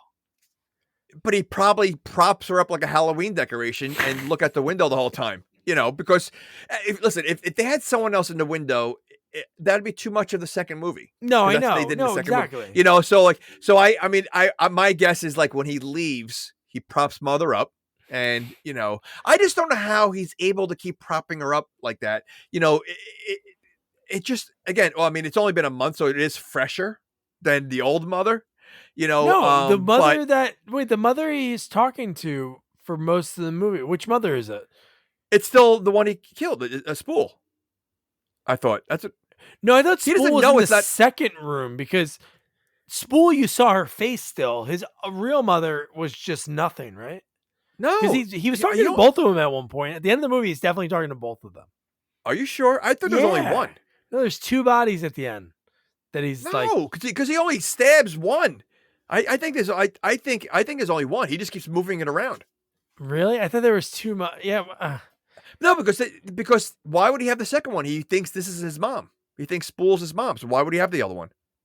Well, he does think it, and then I don't know. That's a good question. Yeah, no, because there's 2 voices at the end of the movie, so maybe I don't know. Well, the voice also It's like when the voice starts dying. Like, and you hear like a slow, like when you slow down like a record and it goes really slow, like that's what the voice started doing, which would make no sense. Why would a fake voice in your head start having that drowning sound? And it was just so dumb. Yeah. So, anyway, so the fact that he's able to prop the mom like all different positions, what do you stuff it with? Like, is it like I said, is it all like wires in her, like so she could like bend in different ways, like like a scarecrow, like you're right, like Gumby? Yeah. Or what if she did like pulled a Home Alone? Remember in Home Alone when he's nervous and he has like Michael Jordan on the train, like put Mother on a train that's going around the house. So she can be in every window. He has like little ropes on his arms, so every time he could talk to her. And Mom, like we get a bird. Because listen, that scene when she's pointing, it was so because the camera quickly goes to Mother. So like he's having a conversation, and then the camera quickly goes to the hand, and it's pointing. It's literally pointing. It's just like, what? Like, how does that happen? Like, it's just so what? Mother. Oh my gosh! Every time you cut back, I've been great at spoof movie. Every time you cut back, just like different things, like voguing. That would be such like a Leslie Nielsen movie of her like doing something like doing different poses. It would be very funny. Listen, we can make our own spoof movie. I think a psycho spoof could be good. It should be like an Alfred Hitchcock, all his movies spoof all in one, like a Scream. I mean, so scary movie. Basically, what Mel Brooks did with Anxiety. Well, I mean, in a different way. Like, I would say scary movie way of spoofing. Okay. Yeah. Yeah, because High Anxiety is like one continuous story with the elements put together. It's a story, but it's like the silliness he took from each movie, but like it's silly, like even the fall. He's constantly falling with the stupid bullseye going around.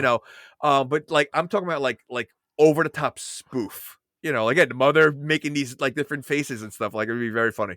I like it. Anyway, let's do it. Yeah, let's put it on the calendar. We're in. We'll start a Kickstarter for it. But no, so at this part, this is when Norman, the nun sees mother in the window, and then she acts like she saw a ghost, right? Well, isn't she wasted at this time though? She's also wasted, really drunk? and she has like no blood in her body from right. Just Correct. Happened like within 48 hours ago. But she walks right to her room. Looks like she saw like a ghost. But in a few scenes, she didn't see that. She just thought she saw Mother Mary. She goes, she was Correct. looking at me from the house. So correct. It was so weird that what was fear at first was something when she's talking to the priest was like, oh, it was so amazing. Yeah. And then her complete turnaround to like that's to me when she's talking to the priest is when she starts going crazy a little bit. Yeah, she's because she and starts how did he let her acting leave? weird. He let her leave. I mean, I know. It just again, it's like this movie starts going in such each character starts getting weirder and weirder. I know, like it just The only one that is staying the same is the reporter that, again, like you talked earlier, correct, is moving the story along. Like everyone else is getting even the sheriff in the next scene. But let's finish this whole thing. Okay. Because Norman's cuddling. First they're like kissing terribly, and then they cuddle in the even weird. How can something be weirder than that gross kissing? There is. The cuddling is bizarre. They're fully clothed, and he's like laying on top of her. Kind of like, and it looked awkward. It looked like it was so awkward. Like her only point of reference of hooking up in her whole life is what happened with Jeff Fahey. And what did she do? The same thing to Norman. She was super aggressive, like the same thing. Except she didn't say, instead of coming, you're going. She didn't say something like that. But it was just so bizarre. Like that's all she wanted. But just think about it this way, though. Like her, it can only get better. I mean, you have Duke and you have Norman Bates. Yeah. I mean, you can't get much lower than that. So anything else after that is gonna be like a home run. Or wouldn't it be? I'm gonna go back to the nunhood, the sisterhood. If this is what the men are out there, it's not worth it anymore. Let me forget it. That is true. That is funny. Oh my god, man! But so then we get Wet Look Woman, the most bizarre. She does two of the most like. If you deserve to die in a horror movie, she does two of the things. First of all, if I was at a hotel and somebody left their door open, I just close it. Yeah, that's all. Correct. I would close it, not like slam, little like hide close. So I don't have to tell anybody. Okay. If I saw him the next day, I wouldn't be like, "Hey, you left your door open." But so she tells her, I wouldn't leave it open. It could be dangerous. But she didn't lock the door. She just shut it. Yeah. So even she just shut it, she's still not helping her. Like, so yeah, it was just. I mean, listen. She also the one that went peeing, right? She had to go to the bathroom. Yes, but wait, no. Okay, but what did she say? She goes, "There's a lot of drunk guys around here." Who? There's one guy that was like she was sort of talking to. There's like two or three. No, it's the fat football player, the other guy that's drunk, and the other girl guy, and two girls. That might have I thought there was a third one, but I know. No, right, so this. But even if there was, she made it seem like, oh my god, there's a frat house here. Well, I mean. Yeah, I mean, you don't know if the other rooms are rented out. Yeah, but they should have shown. I'm saying just a to bus, give like the you should have shown a bus come in, or I know, I agree. Like some kind of really big party to have extras there for 5 minutes and let them go in the room. But then she does that, and then what's the next crazy shit? Remember, she was in a room with a bathroom. Correct. And she has to. She's looking, I guess, maybe she wants to hook up with Duke. I don't know. But she walks in and goes into a closed door. Well, she doesn't she ask for Duke or something? She says his name or something. No, she just says his name. She's like, "Hey, can I use your bathroom?" Right. But she opens a door that's closed and then closes a window that's open, like not her business. Correct. And then it is a grimy looking bathroom. Disgusting. I go outside. She doesn't put toilet paper on the seat. Nah. Nope. She sat on that seat. Like I said, it looks so grimy, and like they sat there, and so clearly, while she's going to the bathroom, mother comes along, and she's having a conversation while she's going to the bathroom. I know if it was like a very calm. I know. I would never be calm, even if I was in a stall anywhere and somebody opened the door. I don't think I'd be like, "Oh yeah, hi, can you close that?" I'd be like, "Hey, get the F out of here!" Like she's like very calm, like. Oh, very I'm calm. Almost done. And then, yeah. I know.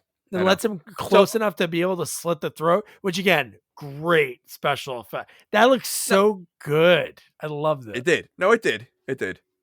But yeah, that was again, that made no sense. And then again, so I want to know how many outfits does Norman have, because the fact, do you think he leaves some outfits in all these rooms so he doesn't have to change as much? Or yeah, he's like Superman. They're everywhere. Because if they're not, wouldn't you think he'd be sweaty every single time too? He's like running around trying to get down there, and it'd be good to watch him do that. Like you said, it'd be great to see him move mother around, to see him do the outfit switch. Like Benny Hill music. We've seen him with the wig on and everything else, and he looks nothing like a woman. I mean, he clearly looks like a man. Oh. So the fact that this girl is having a conversation with him and acting like it's a normal to see this man in a wig, and a dress, like she doesn't seem concerned or disturbed at all by what she's looking at. No, she's like, "Oh yeah, and you're getting closer and closer and closer while talking, and then boom." Okay. The minute, so he's standing in the hall, like in the doorway at first. I mean, and there seems to be a decent amount of distance from the toilet to the door. It was a weird bathroom. It is a weird bathroom because it was kind of deep. Yeah. So the second, you already try to shoo him away and they're not moving. They're not leaving. The second he takes a step forward, why is she still sitting there? I know. Like it's like she waited for him to get as close as possible before he slit her throat. Like she had plenty of time to defend herself or try to get out of there or push him down. No, she literally watched him walk closer to her. Yeah, it made zero sense. And then the fact that this is the part, again, it would have made no sense if he wasn't the killer at the end of the movie. But when that happens and then he somehow shows up.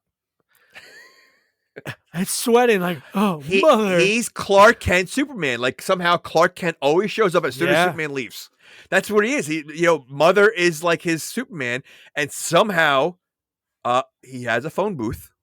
He does have a phone booth, yes. Like Superman, and maybe that's what he does. He runs in his phone booth, he changes, and comes back. God. And then the fact that he grabs the body, it was just so bizarre the way he was acting. Again, it's a split personality that seems like he's like helping out a friend, like moving the body. But when they're like walking around, the football player and the blonde, like kind of like playing grab ass behind the building. Again, I don't know why they're back there now, but then he's like making out with a dead body. And okay, it's a dead body. Yeah. How heavy does a dead body going to be with like being completely like they're going to be, I'm assuming 150 pounds or whatever it is of like that. There's no way he's lifting the dead body up and propping it so it looks like he's kissing her. He's not doing that. Yeah. Okay. But you know what? It was great that he got that new ice machine. Oh my gosh. Because he used it. You know what? The scene with the sheriff is so gross. Oh, dude. So, you're on the next scene right now? Is that when he's eating ice? Yeah. Okay. Oh, so gross. But here's what you're talking about. Like, how'd nobody notice, like, the way Norman's acting? So this is when they show up to the house, and this is the way Norman is This is the only time he's sleeping. That's the only time we saw him sleep, because he was sleeping on the couch. Right. But yeah, this scene is something. Well, there have been other accusations lately, Norman. From that reporter, I'll bet. What has she known? Nothing. Nothing. Well, now that's what we're going to find out. Now, it's too hot to argue. The sheriff. I can't. Look how he walks. I know. Of course there is. Now, please get out of my house. I don't want you It in looks here. like he's half the size of we both of have them. the warrant. I said It's that. in everybody's best interest. And look how tough we he's trying to follow act. this case up. Wait. Whose interest? Please get out. There's nothing here. I haven't done anything. And there's nothing I to mean, worry it's about, so. Norman. Ah! Norman, come back here. Why he sprints up the stairs? It's And then so this is, bizarre. this is where I was like so confused because where's mother? Like, Well, I was assuming Duke had something to do with this part. you But, did okay. already? Well, Wow, okay. Who else is taking? Like, obviously, someone took Mother because he looked very surprised. It wasn't like I he know. hid Mother. Oh no, you look shocked. Right. So someone had to take Mother, and who else is the other antagonist? It had to be Duke. In his, and because he knows the background. I didn't know what he was planning on doing. I thought maybe he might have been trying to help him or hide something. I don't know. But I just figured it was Duke. But again, I mean, no one saw Duke grab the Mother, go bring him all the way down from the house, carrying his dead body to his room. And yeah, I mean, that made no sense whatsoever. But how obvious did he look? Like he was sweating, panicking, speaking fast the entire time, and the cop was like, "Come on, Norman, help!" Like so clueless. And the fact that he like brushed it like get off the cop going up the stairs. Yeah. But where was Norman sleeping? Downstairs on the couch. So downstairs on the couch. So when did Duke take the so body? Duke came in when Norman was sleeping? Like, yeah, I know. That makes no sense either. I know he hasn't slept in days, so he might be a heavy sleep, but what a bizarre thing, man. Yeah, that doesn't make sense either. You're right, because he really knows where Mother is at all times. So I'm sure he checks on her all the time, even if he goes to sleep. So how long was he sleeping for? Because he threw the girl in the ice machine. He was making out with her. Was it nighttime when that happened? Or was it was nighttime with all that, and then he fell asleep. Probably after he cleaned up the bathroom. So Duke came in from the, either that or he did it when Norman was cleaning up the dead body. Yeah, but and again, it would have been great if they how showed did he us, get the Mother? Yeah, go. No, go I know ahead. what you're saying. No. No. How would he get the Mother? But also, it would have been great if they would have shown us like that Duke knew that he was doing the kill. Right? He doesn't mention that he knew he was killing or saw him kill the woman or anything. It was just like, I know that Mother's important to you, so that's why. Right. That was his whole motive, is to do that to further his record career, to be able to be a singer, to get the money to sell acres of land in the middle of nowhere. Yeah, I know. Again, every storyline really just does not make sense in this movie. It really doesn't. It's thrown together. You know what would make sense though with Norman's house is if there was like a secret tunnel in the house that led to the motel, right? Oh, because then that would explain how Norman gets there and no one sees him as Mother. That would explain how Duke can bring the Mother down to his room, like that. And honestly, he's got peepholes. Like that would make sense that there was somehow some kind of tunnel that would lead to the motel. Like that's something that should have happened, because otherwise there's no way Duke's listen, her wig's gonna fall off when he's carrying her. Like I was like, like there's so many things that can happen. And during the day, you have this whole football team that's 5 people that are there. The nuns, whatever might be, who knows? And he's just gonna carry the lady back with him. Like it makes no sense. Yeah, no, not at all. And how about again, the nun?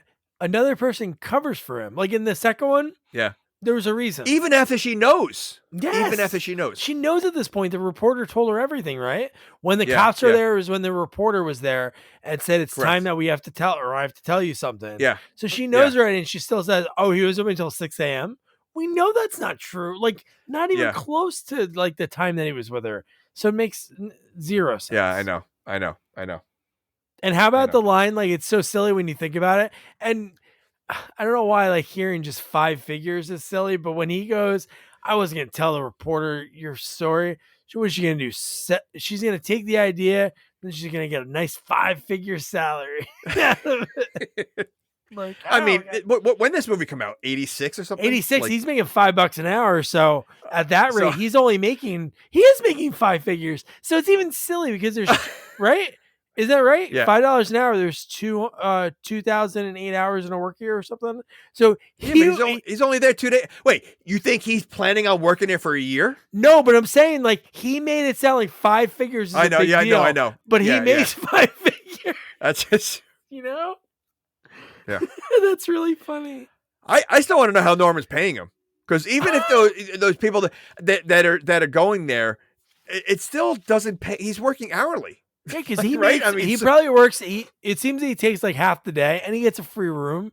So let's say if he's making $5 an hour, let's say even 10 hours making an easy number, $50 a day. He's working every day, I guess.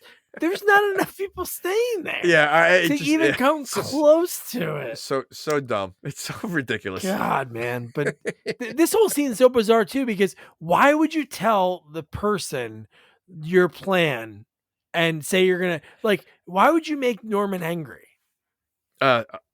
Knowing he's a serial killer, 100%. And this happens in every, even in Dennis Franz did the same thing.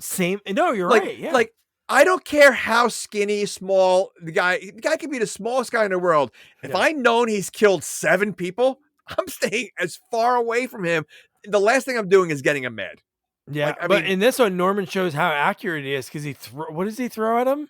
And he throws he throws a dish at him first. Oh, the dish is what really he gets a little woozy from that, because then they start. Dude, that scene looked like that was them, both of them.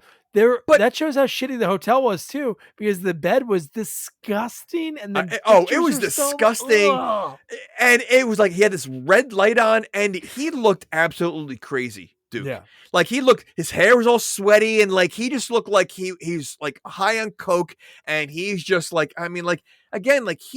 turned to crazy on too, in this scene. It was so bizarre. Where's this coming from? Yeah, and he was just you could sell off plots of land to cover the money, so I don't tell people about mother. Plots of land. They live in the middle of nowhere. There's tons of land there. I mean, what? So dumb. Yeah, that was his plan to do it. But I did love, we didn't mention the callback from earlier, was when the nun will lean back and he's like, just don't touch my guitar. He kept saying, that was his thing. So it was funny the way he died was by the guitar. Well, he didn't die by guitar. Well, he didn't, but that makes no sense too. So Norman was a professional kill, not a professional killer, but he's killed enough people to he's not hitting, what is it, 20,000 hours. Well, he did smash him in the head a few times with the guitar. No, he did. So he did. I mean, so maybe he was just knocked out cold. But throw him in the trunk. Everyone knows if you're gonna get rid of a body, if you think they might not be fully dead yet, put them in the trunk, because if they wake up, put them in the trunk. They're just in the trunk, not they're in the back seat and have a rope handy. Because when Norman's driving, he gets the bag over his head that he had covered over Jeff Fahey, and then Jeff Fahey somehow grabbed a plastic rope to wrap around his neck, which I don't know where that. But isn't his head in plastic? But he took it out. I don't know. Yeah, but how long was he in that plastic bag with no air? Oh anyway? Yeah, no, I know. So even if he was knocked unconscious, there's no air getting in there. Yeah. So there's no way he should have came alive in the car. No, you're right. No, and then that happens. Norman stomps him out again. So the second time that Norman kicked him in the face, because he did it at the hotel before he hit him with the guitar. Yeah. This he's choking him out in the seat. And then as that's happening, they're going into the swamp, which where bodies ended up in the second movie. And this is what, again, it shows that his split personality. And in a sense, I was like, wait, this is getting weird, because I know it's him, right? I know it's him. But when he saw the yellow vested hottie at the bottom, he looked like, what was she from? Why was she there? What? That was the girl that was killed in the phone booth. Oh, it was. So but she had a different jacket on, didn't she? No, it was the yellow. It was the yellow. Oh, it was. Okay. I was confused. I thought it. Yeah. Yeah. No, what was I say? Just though his reaction, you saw all the air bubbles come out. I'm like, so he's startled over this woman that I thought he murdered. Maybe. Yeah, but you always know, in split personalities, usually in movies, they don't remember, or they don't know what, So again, that just shows you. Again, they wouldn't. I don't know who else outside of maybe the nun could have been the killer. Because she's kind of crazy. So it was. Yeah, it was. I think you would I don't know. It's hard to. I was confused in that part, and that's why I just thought maybe it was from like the summer before or something. That was from last month. That was one of Emma's. Oh, last Emma's, month I forgot. Jeez, it was only a month. Yeah. Yeah. So at this point, while he's like drying out, the reporter is talking at the mental hospital. And dude, what I wrote down was he reveals like, oh yeah, she was, Emma Pearl. Yeah, she was in the hospital for killing her husband, the mental hospital. And then it goes pause. And then he goes, great waitress. Great waitress. Yeah, she brutally murdered her husband. Great waitress, man. She can turn it. She can spin those tables. She can get people in and out so quick. So again, this is her material source. That would not hold up in court. That would be no way. It would not. Again, she's at a mental hospital. He looks like he has dementia. Like he has no clue what's going on, and he speaks in riddles a little bit as he's talking to her. Yeah. And you're gonna believe what he's saying, like. Yeah, he would sit on the stand. They'd be like, state your name? He'd be like, John Smith. Okay, good. Who's the president of the United States? Snoopy. Okay, I rest my case. Like, it's 0 sense that she's like, oh man, this is what I'm gonna go with.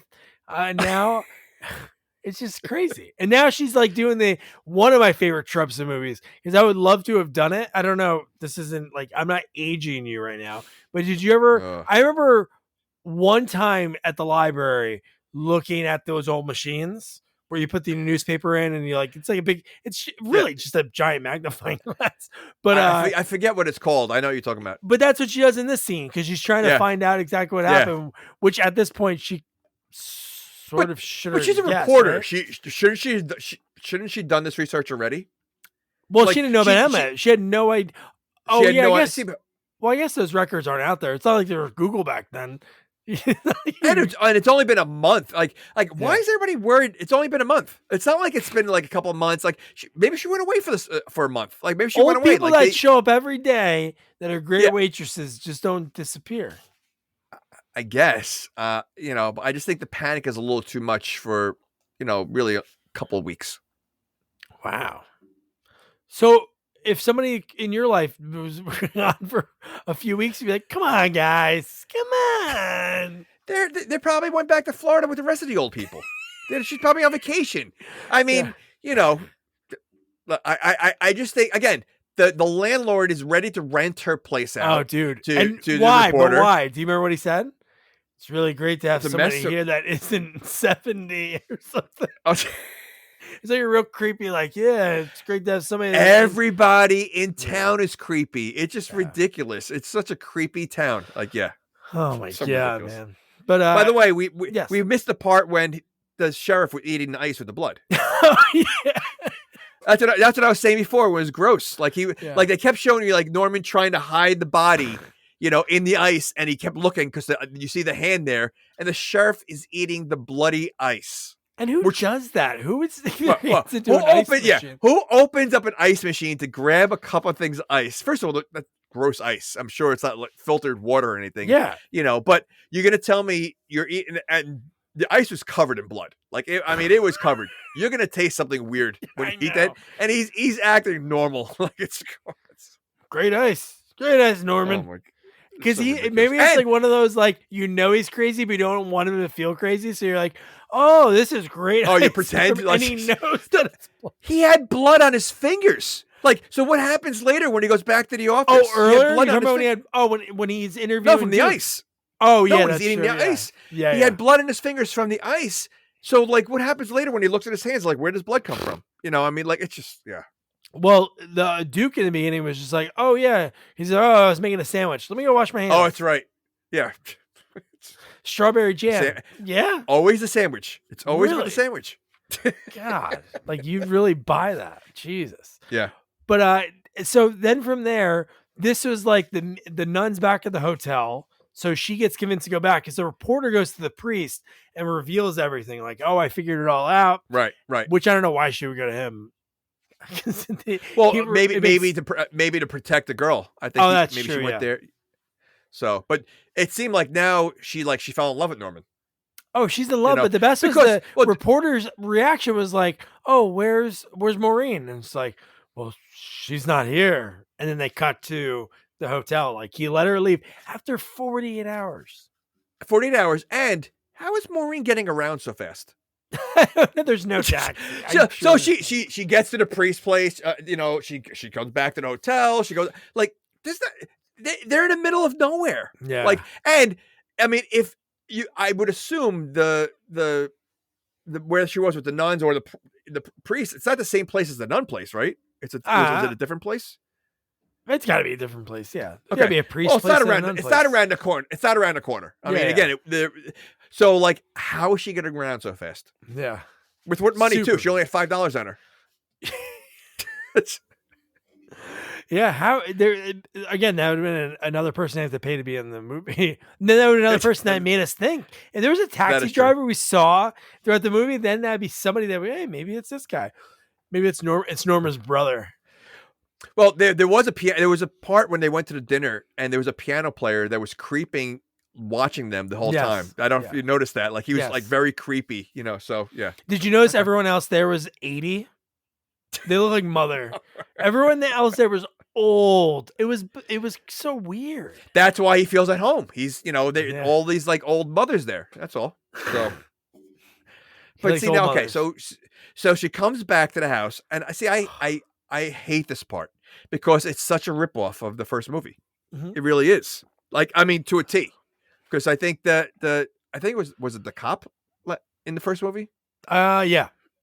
Okay.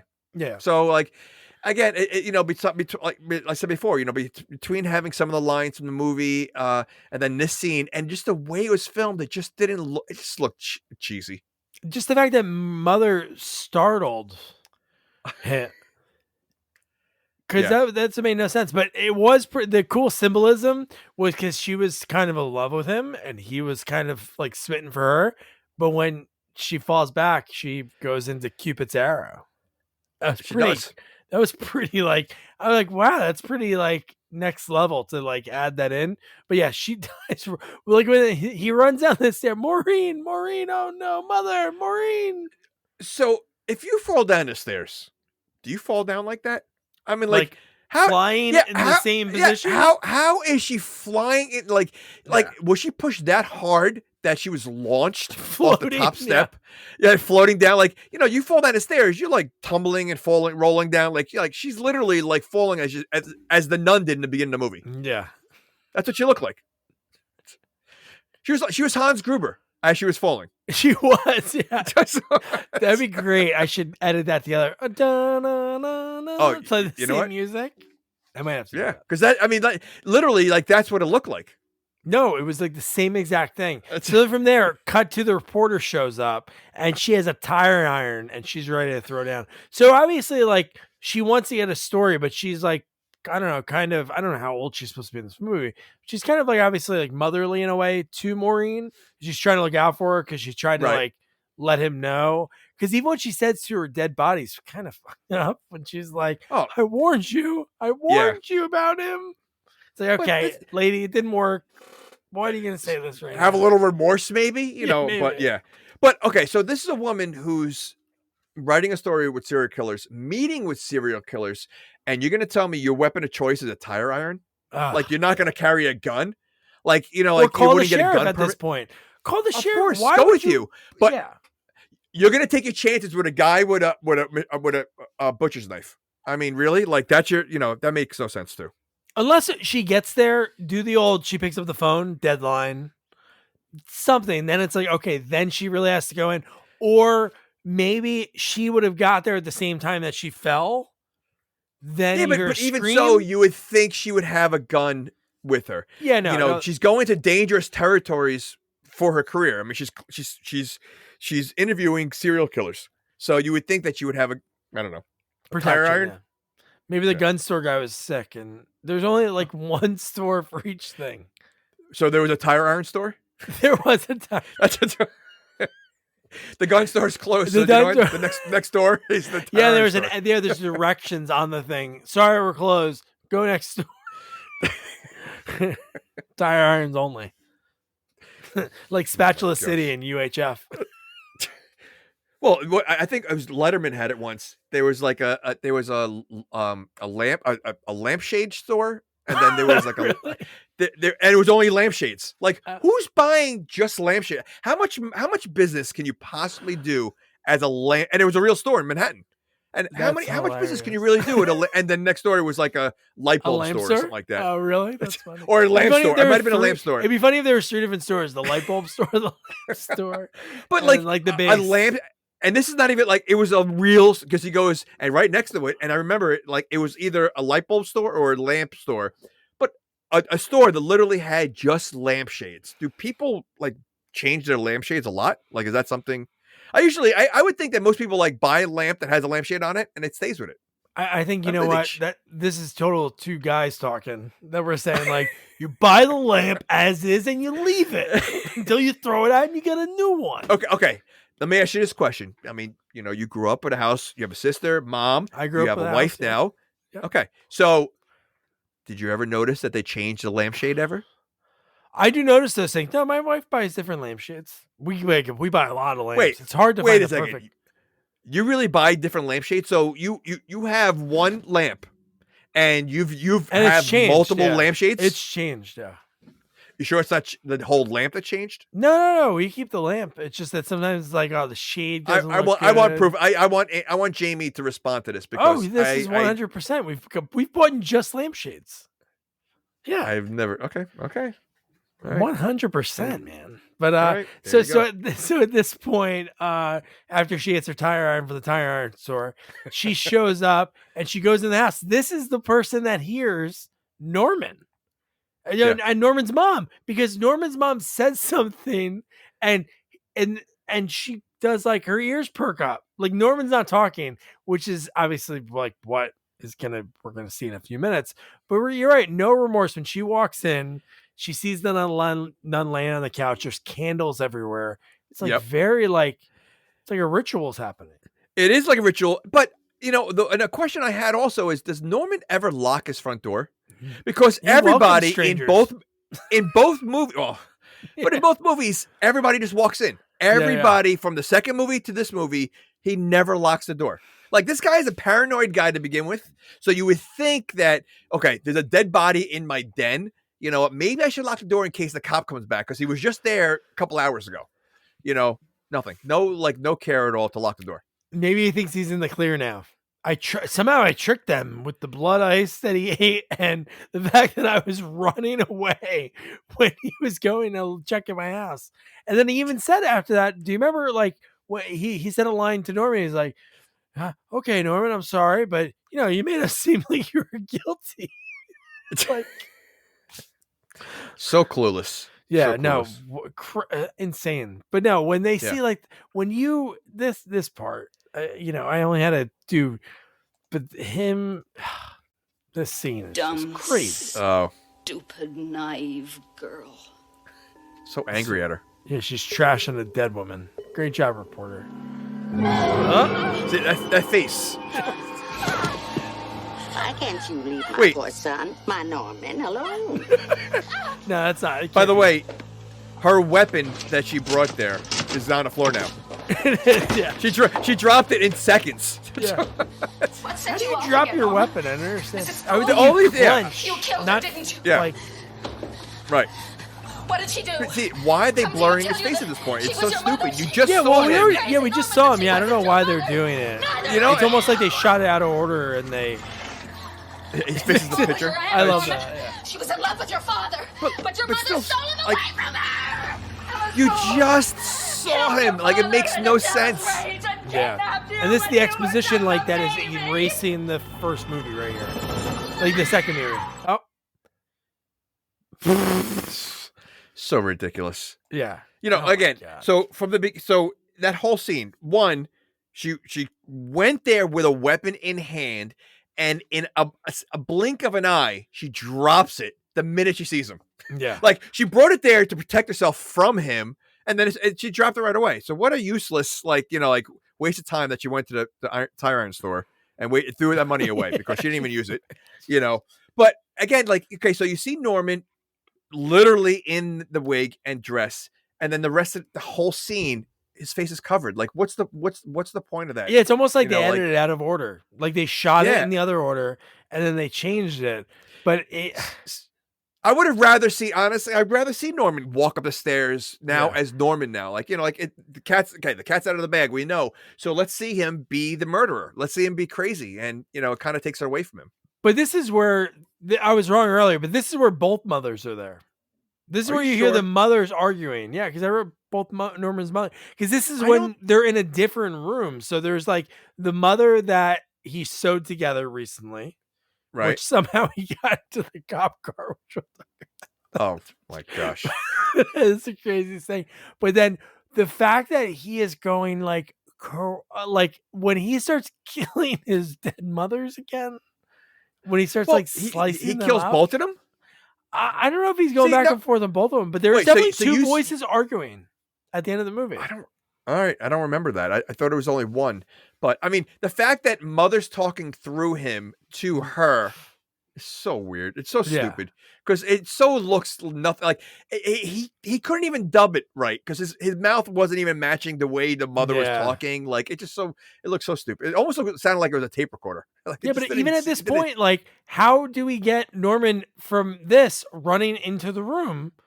Like he's a twin. I know. It's almost like he's a twin because he runs into the room like, oh, what I miss. It's like, oh no, we know. The reporter's like, oh no, we know it was you. I saw you. Like it just doesn't make it really doesn't make sense unless maybe the dress is like a pull away instead of like it's like he just rips it off and and he can run in there. So, and he's ready to go. I mean, yeah, because I mean I really think like again this whole movie is just there's so much that doesn't make sense and there's so many weird scenes and it's like I feel like you're ruining like I hope. And, I know a lot of times we watch these movies and you're like, all right, Jamie, did I change your mind? I hope after we're dissecting this, I hope I changed your mind how bad this movie is. Oh, no, I know. I'm not saying that it was a good movie, but even as at its core with all the mistakes and everything, I'm still shocked that it was that like watchable, if that does. Because I thought it would be so bad. I thought the second one was going to be bad. And I thought this one, after like what Egan said, like this one turned into like a slasher, which I guess it did, but it was just more like, again, I don't know if there could have been a script or an ending that made sense. Cause if you would have had somebody else killed, it would be silly. Having him do it again is kind of silly. Right. So I think they were at this point, like, no matter what, it was going to be silly, but there was just all these other points, like the homecoming thing to me made no sense. But just to finish off the movie, at this point, he's arrested. The sheriff goes, not like, I can't believe you killed these people. Wow, their families are so sad. Made me look bad. He goes, you made me look bad. Wait, to who? There's like 5 people in town. Yeah, you just have to give it 3 of them. You're okay, and you're going to prison. So I got to find another vote. And who's he hanging out with? He's outside of the stupid his partner, who's 18 years old. Yeah. Like it just like they made me look bad. So ridiculous. And then you see Norman smile that I'm free now, like he's free. Yeah, which is crazy because I thought it was going to be right. That's another thing that to me makes zero sense. When you thought he said, I'm free now, in my head, I'm like, oh, because I believe like that property in the hotel make him a little crazy. He hears his mom in the house. Like that's what it is. So maybe he's free mentally, but no, he brings his mom for the ride because he's in the back seat, handcuffed in the front. Dude, he murdered people. His handcuffs are in the front. I got arrested for an open container while I was 17. And I got tight cuffed in the back, thrown in, laying on my hands. So you're telling me like he did this and like, Norman, you're going to be comfortable. Wait, not only that, they don't frisk him. This guy just killed people with a knife. Like you don't know if he could sneak a hand that was pretty big. I mean, it was a hand and part of an arm, right? So it wasn't just a hand; it was part of an arm. If he could sneak that, he could sneak a knife. Yeah. So they didn't frisk him at all. Like he just pulled that out. It's so ridiculous. To like creepily pet it like it was a cat. Yeah, and why would he need the hand? Like if anything, I would think I just thought it was the weirdest thing. Oh my gosh, I don't want to know. I'm sure he's gonna be alone for 20 years. Yeah, okay. But like you would think, like maybe he would take her head somehow, or like no, get ready to be Well, listen, if he has the hand, why can't he have the head? Oh my God! They didn't frisk him. No, what if he just that'd be in our spoof movie? He's sitting in the back seat while the cop's driving, eating like a powdered jelly donut. The thing's going everywhere. He's listening to like sports radio, and Norman's taking out each piece and putting it together. The body. I was gonna say he's wearing a trench coat and he has different parts of the body and he's everywhere. And he just puts it together in the back seat, like, "Oh, so mother's dumb. here. Hey, mother has to use the restroom. Can we pull over?" And the guy looks back and full on, but so dumb. Like I said, you know what? I think they struck gold with the second one because it's not easy. 100%. Again, it's the first one is such an iconic movie, and you know I thought it was gonna be awful, you know, and it was good. It was a great follow up. It had a good story. Norman was, you know, like, but this movie feels forced, and I feel like it kind of damages the trilogy, like the series. Now it's like this movie was not. I don't think it was good. I don't think it's worth watching.